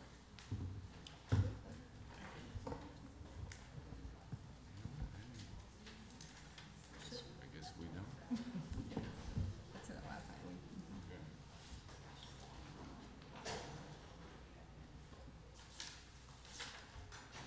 Okay. Okay, on the public comments, we have, Elisa Stacy, I said it correctly? Yes, okay. Okay, okay, you have 3 minutes, and, let's swear you in first. Okay, Sure. Okay. 3 minutes. am I good to go? Okay, thank you. Hello, my name is Alicia Stacy, and I've had the privilege of serving in education for 15 years. Throughout my career, I've had served students in 1st grade, 7th and 8th grade, and in school leadership as an assistant principal, and most recently as high school principal. Every one of those years has been spent in one district, Quitman Public School. But Quitman is more than a place where I've worked. It is the school district I attended from kindergarten through my senior year. It is where I was taught, where I grew, where I made lifelong memories, and where I eventually had the privilege of returning to serve the very community that helped shape me into the woman and educator I am today. I hold this district and this community very close to my heart, so you may be wondering why I'm standing here today instead of at work. 2 weeks ago, our district received notification from the Department of Education that I was denied the ability to continue serving in my role as high school principal because of a conflict involving my brother-in-law's service on the school board. I want to be clear. I understand that laws exist for a reason. I believe laws should be followed, and I understand that when laws are not followed, there can be consequences. That has not been the most difficult part of this experience for me. What has been difficult is what I believe the language and tone of that decision communicated. Not only about me, but about the district and the people who serve our students every day. As I read the letter multiple times, I found myself wrestling with how a district could simultaneously be described as a B-rated district that provides a quality education, while also having its leadership characterized in a way that raised questions about its integrity and past decisions. That contradiction has stayed with me because I know the people behind those words. I know the teachers who arrive early and stay late. I know the staff members who spend their own time and resources making sure children have what they need. I know the administrators who carry responsibilities that most people will never see. And I know the students who walk through our doors every day trusting us to provide them with a safe place to learn, grow, and become who they are meant to be. A successful school does not happen by accident. It takes teachers, support staff, administrators, parents, students, and a community willing to work together. And that is what I've seen at Quitman. There was another part of this experience that was particularly difficult for me. The letter questioned whether my experience made me comparable to other candidates because I had only 1 year serving as a high school principal. I understand that 1 year is 1 year, but my leadership experience did not begin the day I received the title of principal. It began years before that. It began in my classroom. It began with my students. It began with conversations with parents, difficult decisions, long days, celebrations, failures, lessons learned, and countless moments when I had to choose what was best for children. My leadership wasn't built in that year. It was built over 15 years, not simply over the course of one title. And when I read those words, I couldn't help but feel that the work I had devoted my life to was being Thank you, Ms. reduced. Stacy. Oh, Time's up. Go ahead, sorry. Go ahead, please. Sorry, I've kind of lost. Reduced to a single line on a piece of paper. At that point, I had a decision to make. I could remain silent, or I could choose to speak, and that is where the story of Esther has become especially meaningful to me. Esther was placed in a position she did not necessarily ask for, in a circumstance she could not control, and at a moment when remaining silent would have been the easiest choice. Yet Mordecai asked her a question that has echoed through generations. Who knows whether you have come to this kingdom for such a time as this? And I believe this story is about purpose. It is about what happens when your position becomes bigger than yourself. It is about having the courage to stand when standing comes at a cost. And it's about understanding that sometimes God places us in difficult circumstances not because we are being punished, but because there is something we are meant to learn, something we are meant to say, or someone we are meant to advocate for. I never expected my journey in education to lead me here. I never expected that I would have to defend my character, my leadership, or the district I love. But perhaps this is it. Not because I believe I'm better than anyone else, not because I believe I'm above accountability, and certainly not because I believe law should not apply to me, but because I believe there's a difference between accountability and condemnation. There's a difference between correcting a situation and diminishing the people involved. There's a difference between enforcing a law and allowing a person's character to be defined by one circumstance. And there's a difference between knowing about a community 10 and seconds. actually... 10 seconds. Thank you. Thank you. Okay, next we have Megan Griffin. I'd like to defer my time to Alicia. Okay, go ahead, please. And there's a difference between knowing about a community and actually knowing the people who live, work, teach, learn, and serve there. Our school district has experienced an extraordinary amount of scrutiny. I know some people may believe that scrutiny is deserved, but I also know that people who have experienced the consequences of it. I know educators who have been describing to me that they were confronted in public places and given very hurtful remarks. I know of employees who have received anonymous communications that they experienced as threatening and deeply disturbing, including references to their families. And I've watched social media become a place where accusations can spread faster than truth and where the character of public school employees can be questioned by people who may never have taken the time to even get to know them. I don't share these things today to create more division. I share them because there are real people behind every name and every position in our school.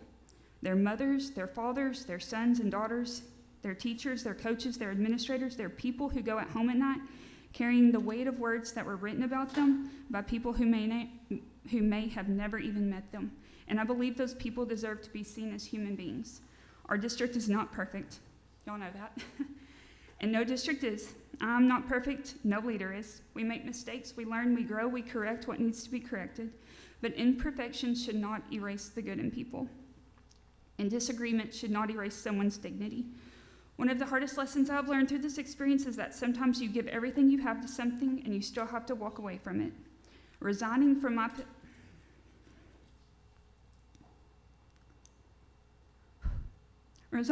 position as high school principal was one of the hardest decisions I've ever made. I wasn't walking away because I stopped caring. I was walking away because I cared too deeply. I wanted to protect my family. I wanted to protect my own integrity, and I wanted to protect the district and the students I'd spent my life serving from becoming the center of another unnecessary battle. Leaving the position does not mean I have stopped loving those people. It doesn't erase my 15 years there. It doesn't erase my memories or the students that I have been blessed by. And it certainly doesn't erase the community that helped raise me. I may have resigned from a position, but I did not resign from my purpose. And back to Esther, that's what gives me strength. She entered a moment and she was afraid. She didn't know the outcome, and she only knew that she had to decide whether she would use her position and her voice for something greater than herself. And perhaps that is what leadership is. Not a title, not a position, not a certificate hanging on a wall. It's what you do when circumstances become difficult. It's how you respond when people misunderstand you. It's whether you remain gracious while being challenged. And it's whether you stand for what you believe without tearing someone else down. And sometimes leadership means having the courage to say, this is not mine or my school's story. So today I'm not asking you to understand every word I've said, or even to take it to heart, but I am asking you to do something simple. Come see us, come to Quitman, walk through our school, meet our teachers, talk to our students, sit with our admin, meet the families, come to our community, see the good that's happening, ask those questions, listen to the people who live it every day, because it's easy to form an opinion about a place from a distance. It's much harder to sit across from a person, look them in the eyes, hear their story, and realize that they are more complicated and more human than the version you may have heard. There's so much good happening in our schools and in our community, and I refuse to allow the negative to become the only story people know. My story's not simple. It's not that I was just denied a position. It was that I was given 15 years to serve children, that I was blessed to return to the school that raised me, and that I had the privilege of becoming a leader in the community that helped shape me. My story is that I loved my job, I loved my students, and I loved my staff, and I still do, and I love the district enough to let it go. God does not waste difficult seasons. Sometimes the door that closes is not the end of the assignment, and maybe that's where I am today, standing in a place I never expected, still believing that my life, my work, my experiences, and my voice have purpose. So if you ask me why I'm here today, my answer is simple. I believe it matters. I believe this matters. And if you ask me what I want people to remember about Quitman, I hope it's not controversy. I hope it's students, teachers, families, the dedication there, the resilience of a community and a school, and the people who continue to show up every day and do their best to make a difference. I will continue to believe that integrity matters, that truth matters, that education matters, and that people deserve to be known before they are judged. My title might have changed, and my workplace is definitely very different. I get to be mom now. I was mom before, but now I really get to be mom. This is definitely not where I expected to be, but maybe exactly where I'm supposed to be. I thank you for your time and your service. It does not go unnoticed. I know it's a very difficult job. I want God to bless each and every one of you, and I know that this is no easy role for you, but thank you. Thank you, Ms. Stacy. Okay, next,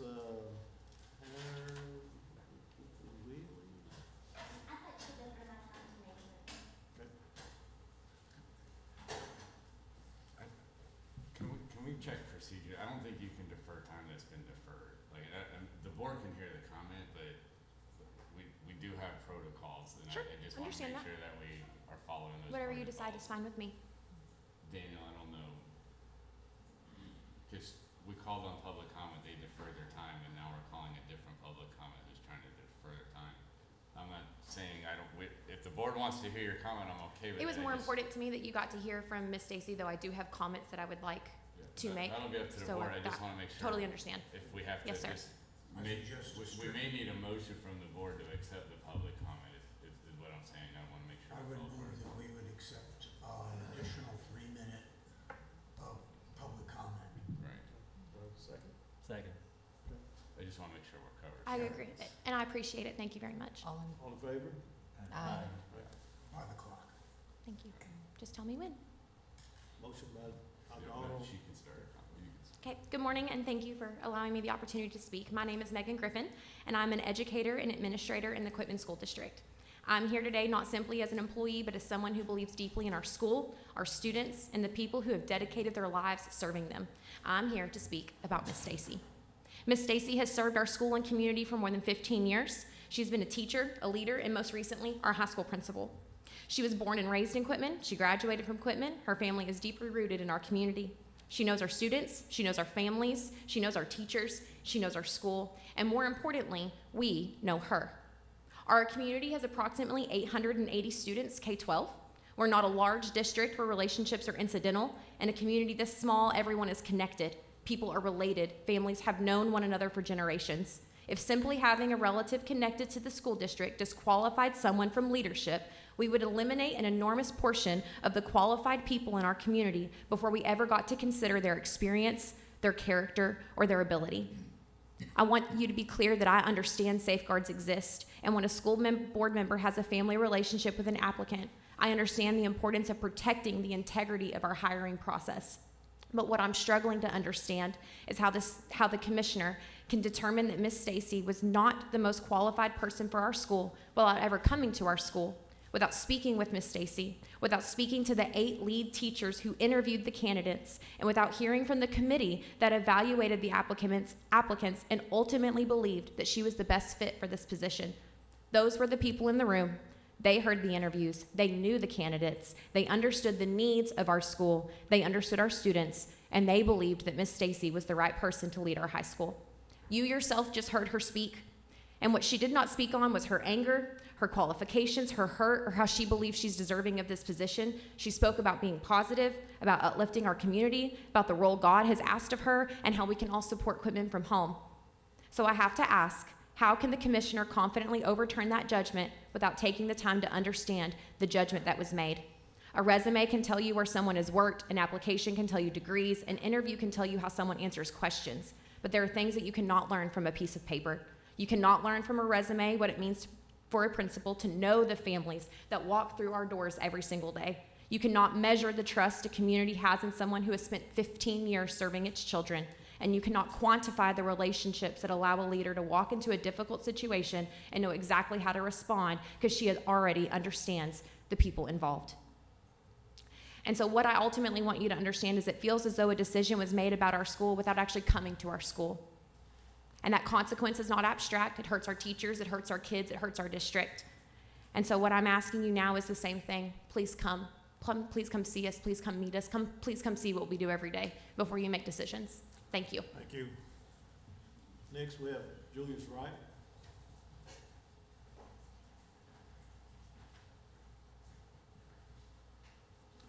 Good morning, Secretary Olivia, Chairman Mr. Henderson, and all other board members and others present.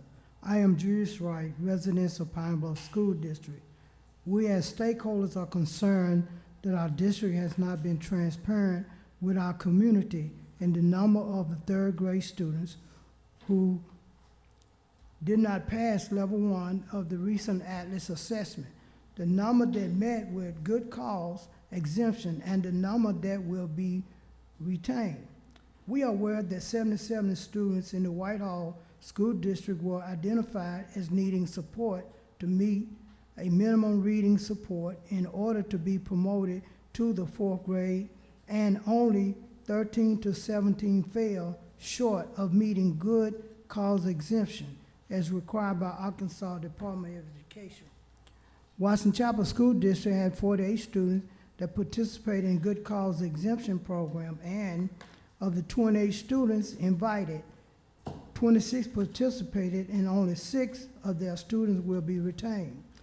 15 Watson Chapel School District third graders qualified for a good cause exemption, leaving 13 required to retest for promotion to the 4th grade. 7 scored level 2 or higher on the retest, leaving 6 to be retained in the 3rd grade. We are concerned that our district, the Pine Bluff School District, has not been transparent in that 185 of our students did not meet level 1 in the pre-appeal scores, the number that met good cause exemption, and the number that will be retained. Parents, students in our community deserve transparency, accountability to prevent retention of any scholars and whether BSET best practices are being utilized to minimize student retention. We feel that the lack of transparency and accountability with the district has escalated to disrespect, and that the former curriculum supervisor and director of curriculum have not accepted accountability of their role in the letter grade of F. Thank you for allowing me to have public comment. Thank you, Mr. Wright. Thank you. Ms. Wright?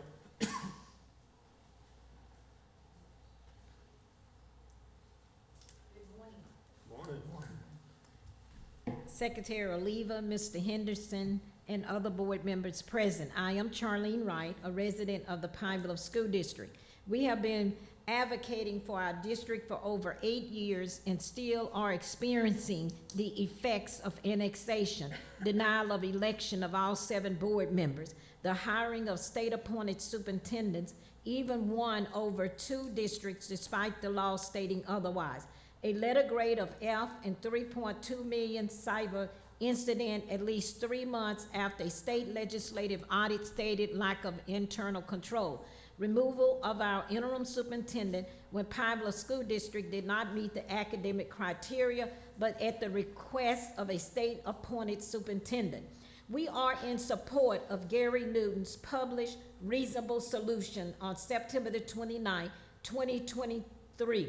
The only reasonable solution is for the State Board of Education to immediately expunge its vote and abide by the law. It could still return all power to the appointed board and then hold all new elections in 2024 as the filing deadline for school board elections in 2023 has passed. The only reasonable solution for the State Board of Education 3 years later is to immediately expunge its vote and abide by the law. In a similar manner as a state takeover, the state board could restore our interim superintendent and allow her to manage the district with state assistance as needed without the present board, who has been compromised, and still have 3 members from the original appointed limited board, and then hold all elections in 2028 as the law states during even years. Under state leadership that was allowed to remain in the district obtained a letter grade of F with supervision of a state-appointed assistant superintendent from Stevens with a letter grade of F.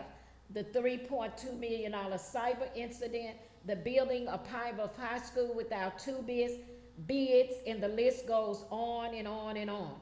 As Gary Newton stated in September 2023, the ADE Council did not weigh in on the legality of the proposal of the Pine Bluff School District. Only Jeff Wood challenged the proposal and admitted he was wrong. In closing, we are urging you to expunge the initial vote that returned Pine Bluff School District to local control and abide by the law. Return all power to our former interim superintendent and remove the board that is compromised with 3 remaining appointed limited board members, and hold all new elections in 2028, in that the board held an unannounced meeting on July 25th in Little Rock under the disguise of board training and had no public media or public notice in Little Rock. Thank you for allowing me to have public comment. Thank you, Ms. Wright. Okay, now we'll break for lunch. We can break for just a few minutes and then come back. Okay. Yeah. So we'll break for about 5 minutes and we'll come back and do reports. Okay? Want to say 11:20? Yeah, 11:20.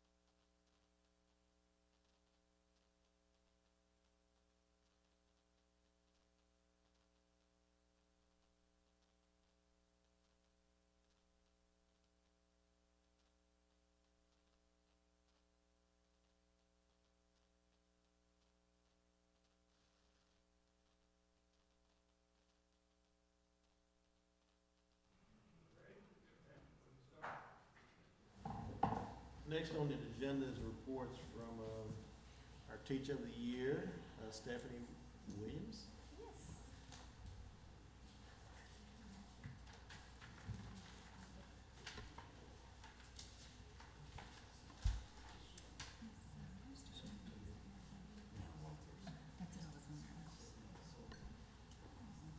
But while they're getting it together, are there any board reports or anything that, looks like we're up and running now, there you go.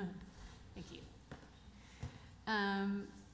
So it's been like a month, a little over, of me in this position officially, and it's been awesome experience already. And even though there's like emotions of me not going to the school yesterday for the first day, I told somebody, I was like, I've literally been in school my whole life. I mean, that's all I've known is school. So it's bizarre being in this world, but I am also feeling very excited about the journey that I'll have this year too, and how I can better support teachers and education as a whole. So to get started, so of course I got to go on the panel discussions that happened in July, and that was very eye-opening to hear the different perspectives and to see how everyone works together in these scenarios. Very, very, very cool to see that all take action. We got to explore CTE, and then of course signing of the waivers for returning education to the states, which was awesome to see that as well. So very grateful to have that experience. Then I got to go to Space Camp. And so the CCSSO puts on Space Camp for all of the Teacher of the Years in the states and territories. One of the things that we had to do was we had a parade of states. So we all had to represent our state in some form or fashion. So my jersey actually says Little Rock 9, so I was able to talk and speak on that historic event. But then also I made a cardboard head of a Razorback, and the jaw actually moved, so that was kind of fun. Then of course we jumped into actual Space Camp of being a student for multiple days. The days were long. We did not have many breaks at all, but we got to learn a lot, do a lot. Experience once again what it was like to be a student and do hard things.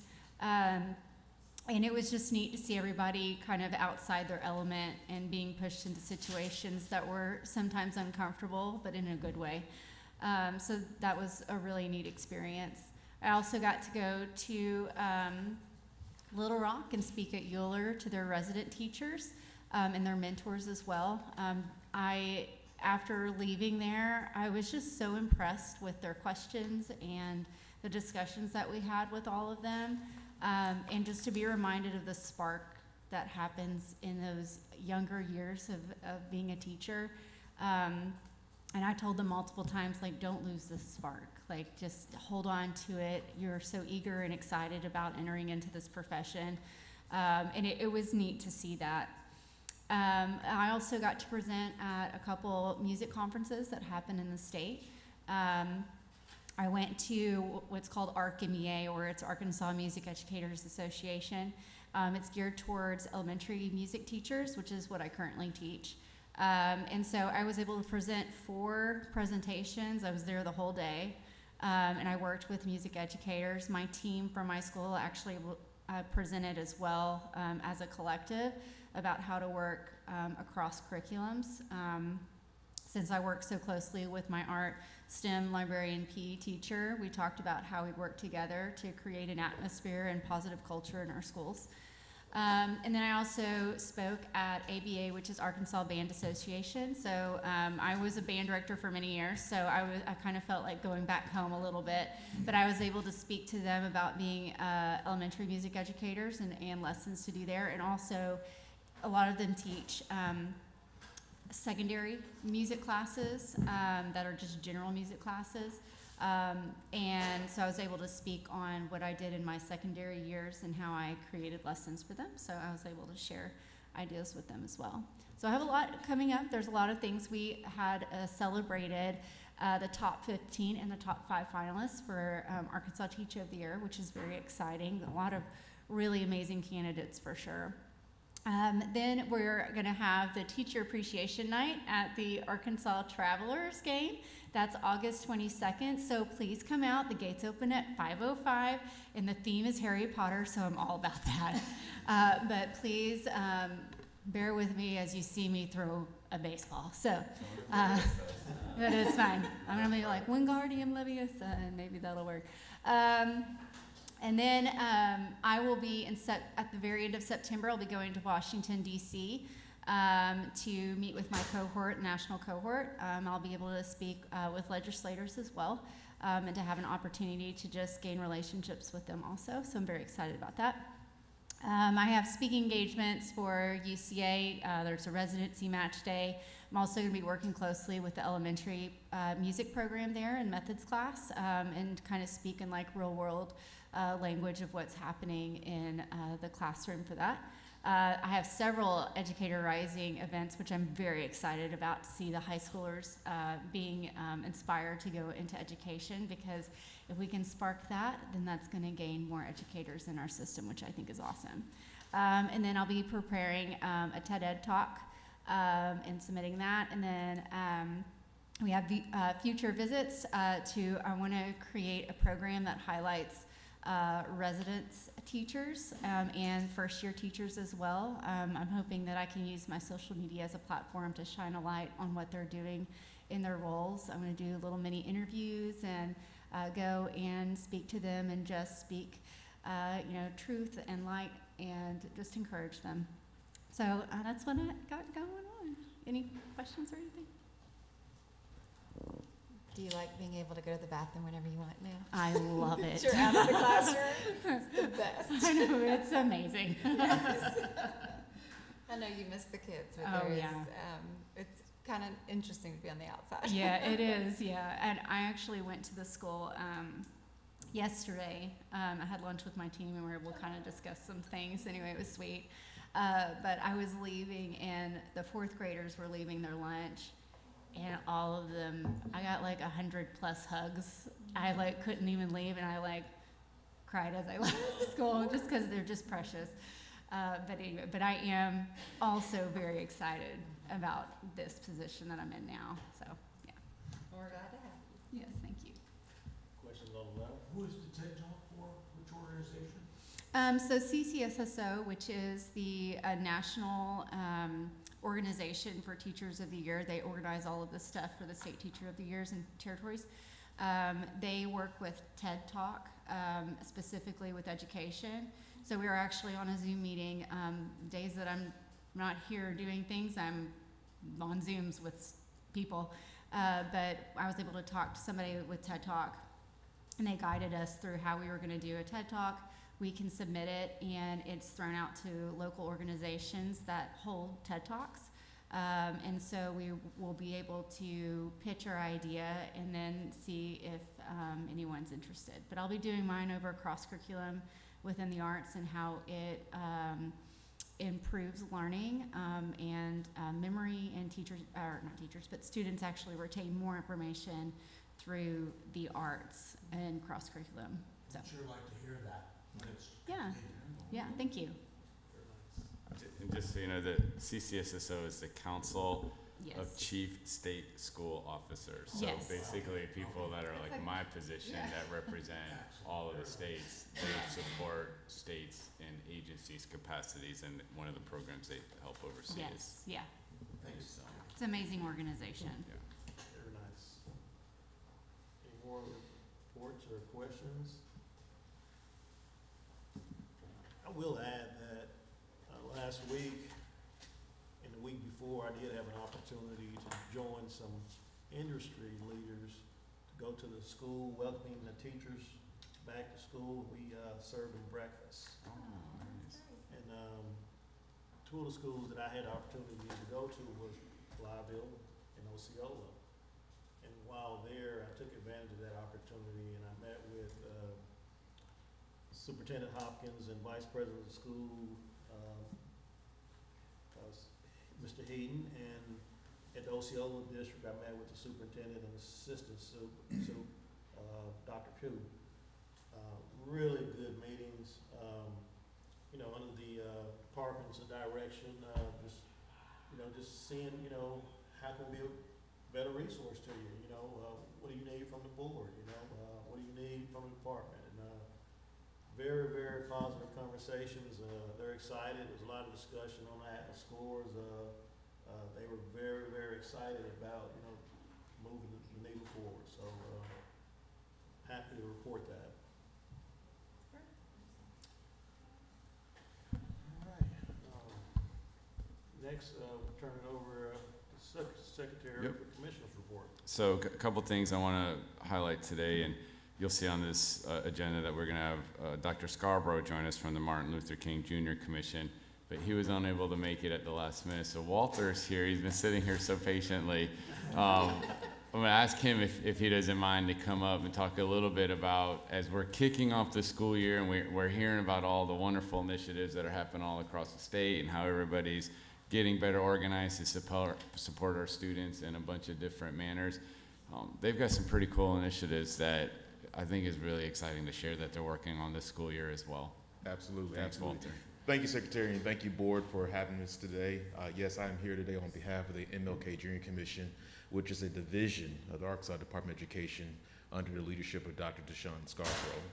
And as an agency, we are proud to serve through all 4 congressional districts of the state, serving the youth, serving their families, serving school districts, and so much more. And with these, we have a platform that we have been doing for nearly 2 decades, and that is our Nonviolence Youth Summits. And with these Nonviolence Youth Summits, they're in high demand, they're highly requested, because so many school districts are just looking for ways on how can they reach their students and provide them with the most impactful information and reconstructive methods to just promote just that, nonviolence. As being an agency that is about the life and legacy of Dr. MLK Jr. himself, his mission has always been about nonviolence and how we can use it. And what better way of us doing this with our youth, who can then utilize it in their school communities, amongst their peers, and take it home within their own households. And that's why we're just so proud of it, because we have done countless of them, anywhere from 3 to 5 per year.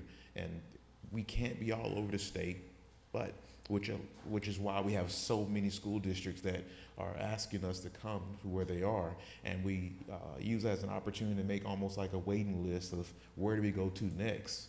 But for those who are still connecting with us and asking us, even when I was just at the ADE Summit in Hot Springs just a little while ago, a few schools came to us then from different areas of the state, and we just connect them with Dr. Scarborough, and they're having conversations on what we can do with it next. And so we advise all those individuals to feel free to still contact our office, 888-290-KING, that's 888-290-KING, or visit our website, which is www.arkingdream.org.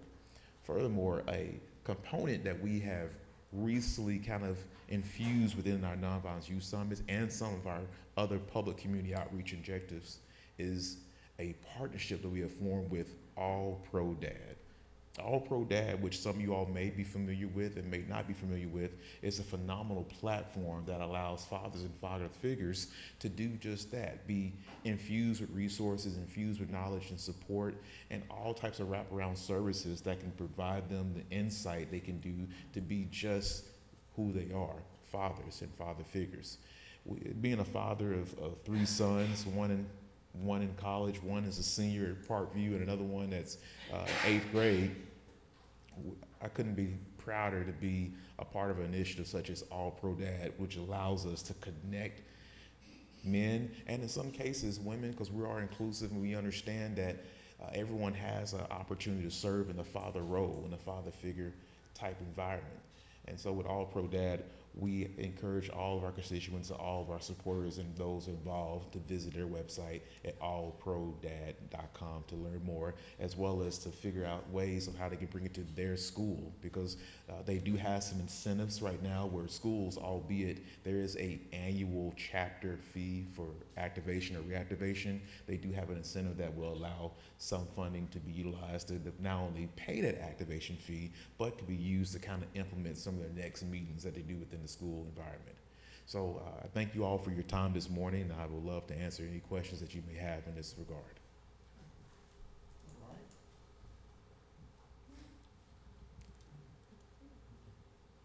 I'll just say thank you, Walter, for taking on this initiative and raising the importance of being involved. And I know we get some school districts are signing up to be chapter members of All Pro Dads, which provides almost like a monthly support to invite dads into the schools and has activities to walk through on how they can better support students in learning and be involved in their child's life. And I look forward to an update when we see how many chapters we are, and maybe we can get invited to a day where we're school celebrating that and further this conversation and for your partnership and commitment. So thank you. Absolutely. Thank you so much. Thank you very much. Yes, sir. Thank you. Y'all have a wonderful morning. So one other real quick thing I just want to highlight. Thank you all for a wonderful meeting.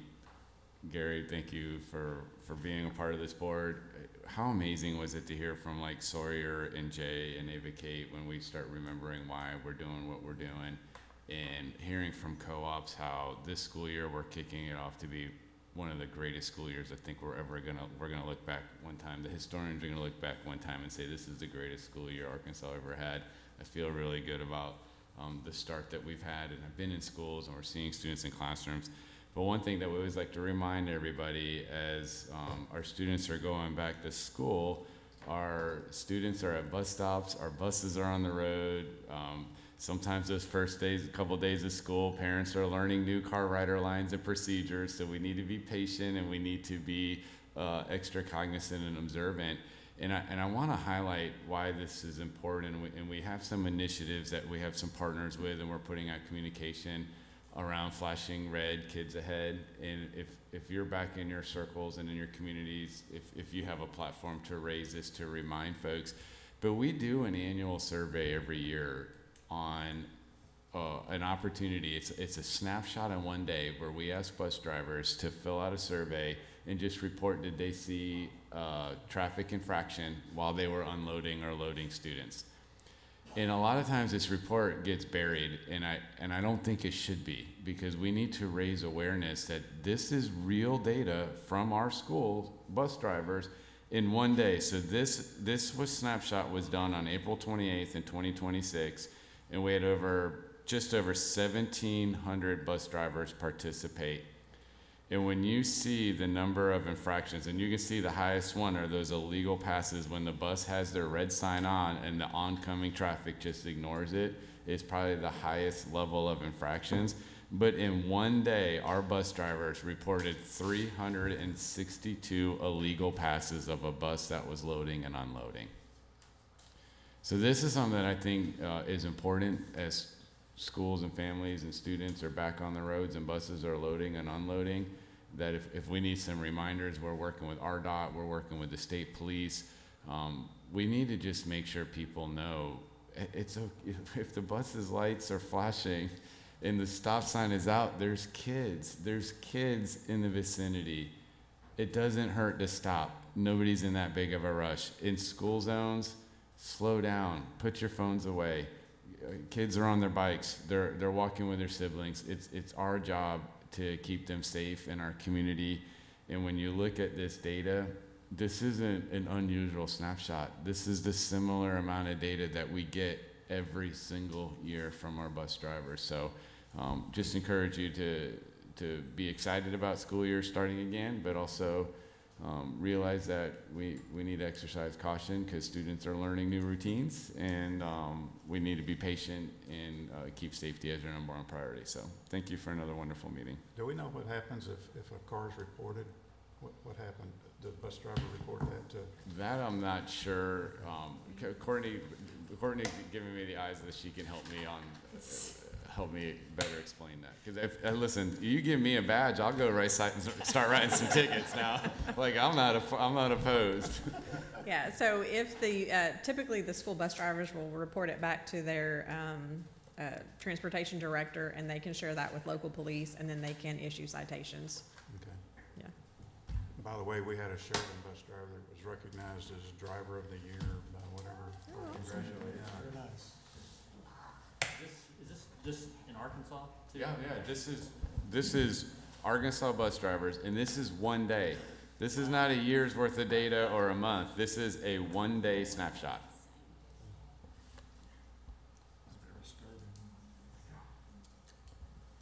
Anyone else has anything? All right, meeting adjourned.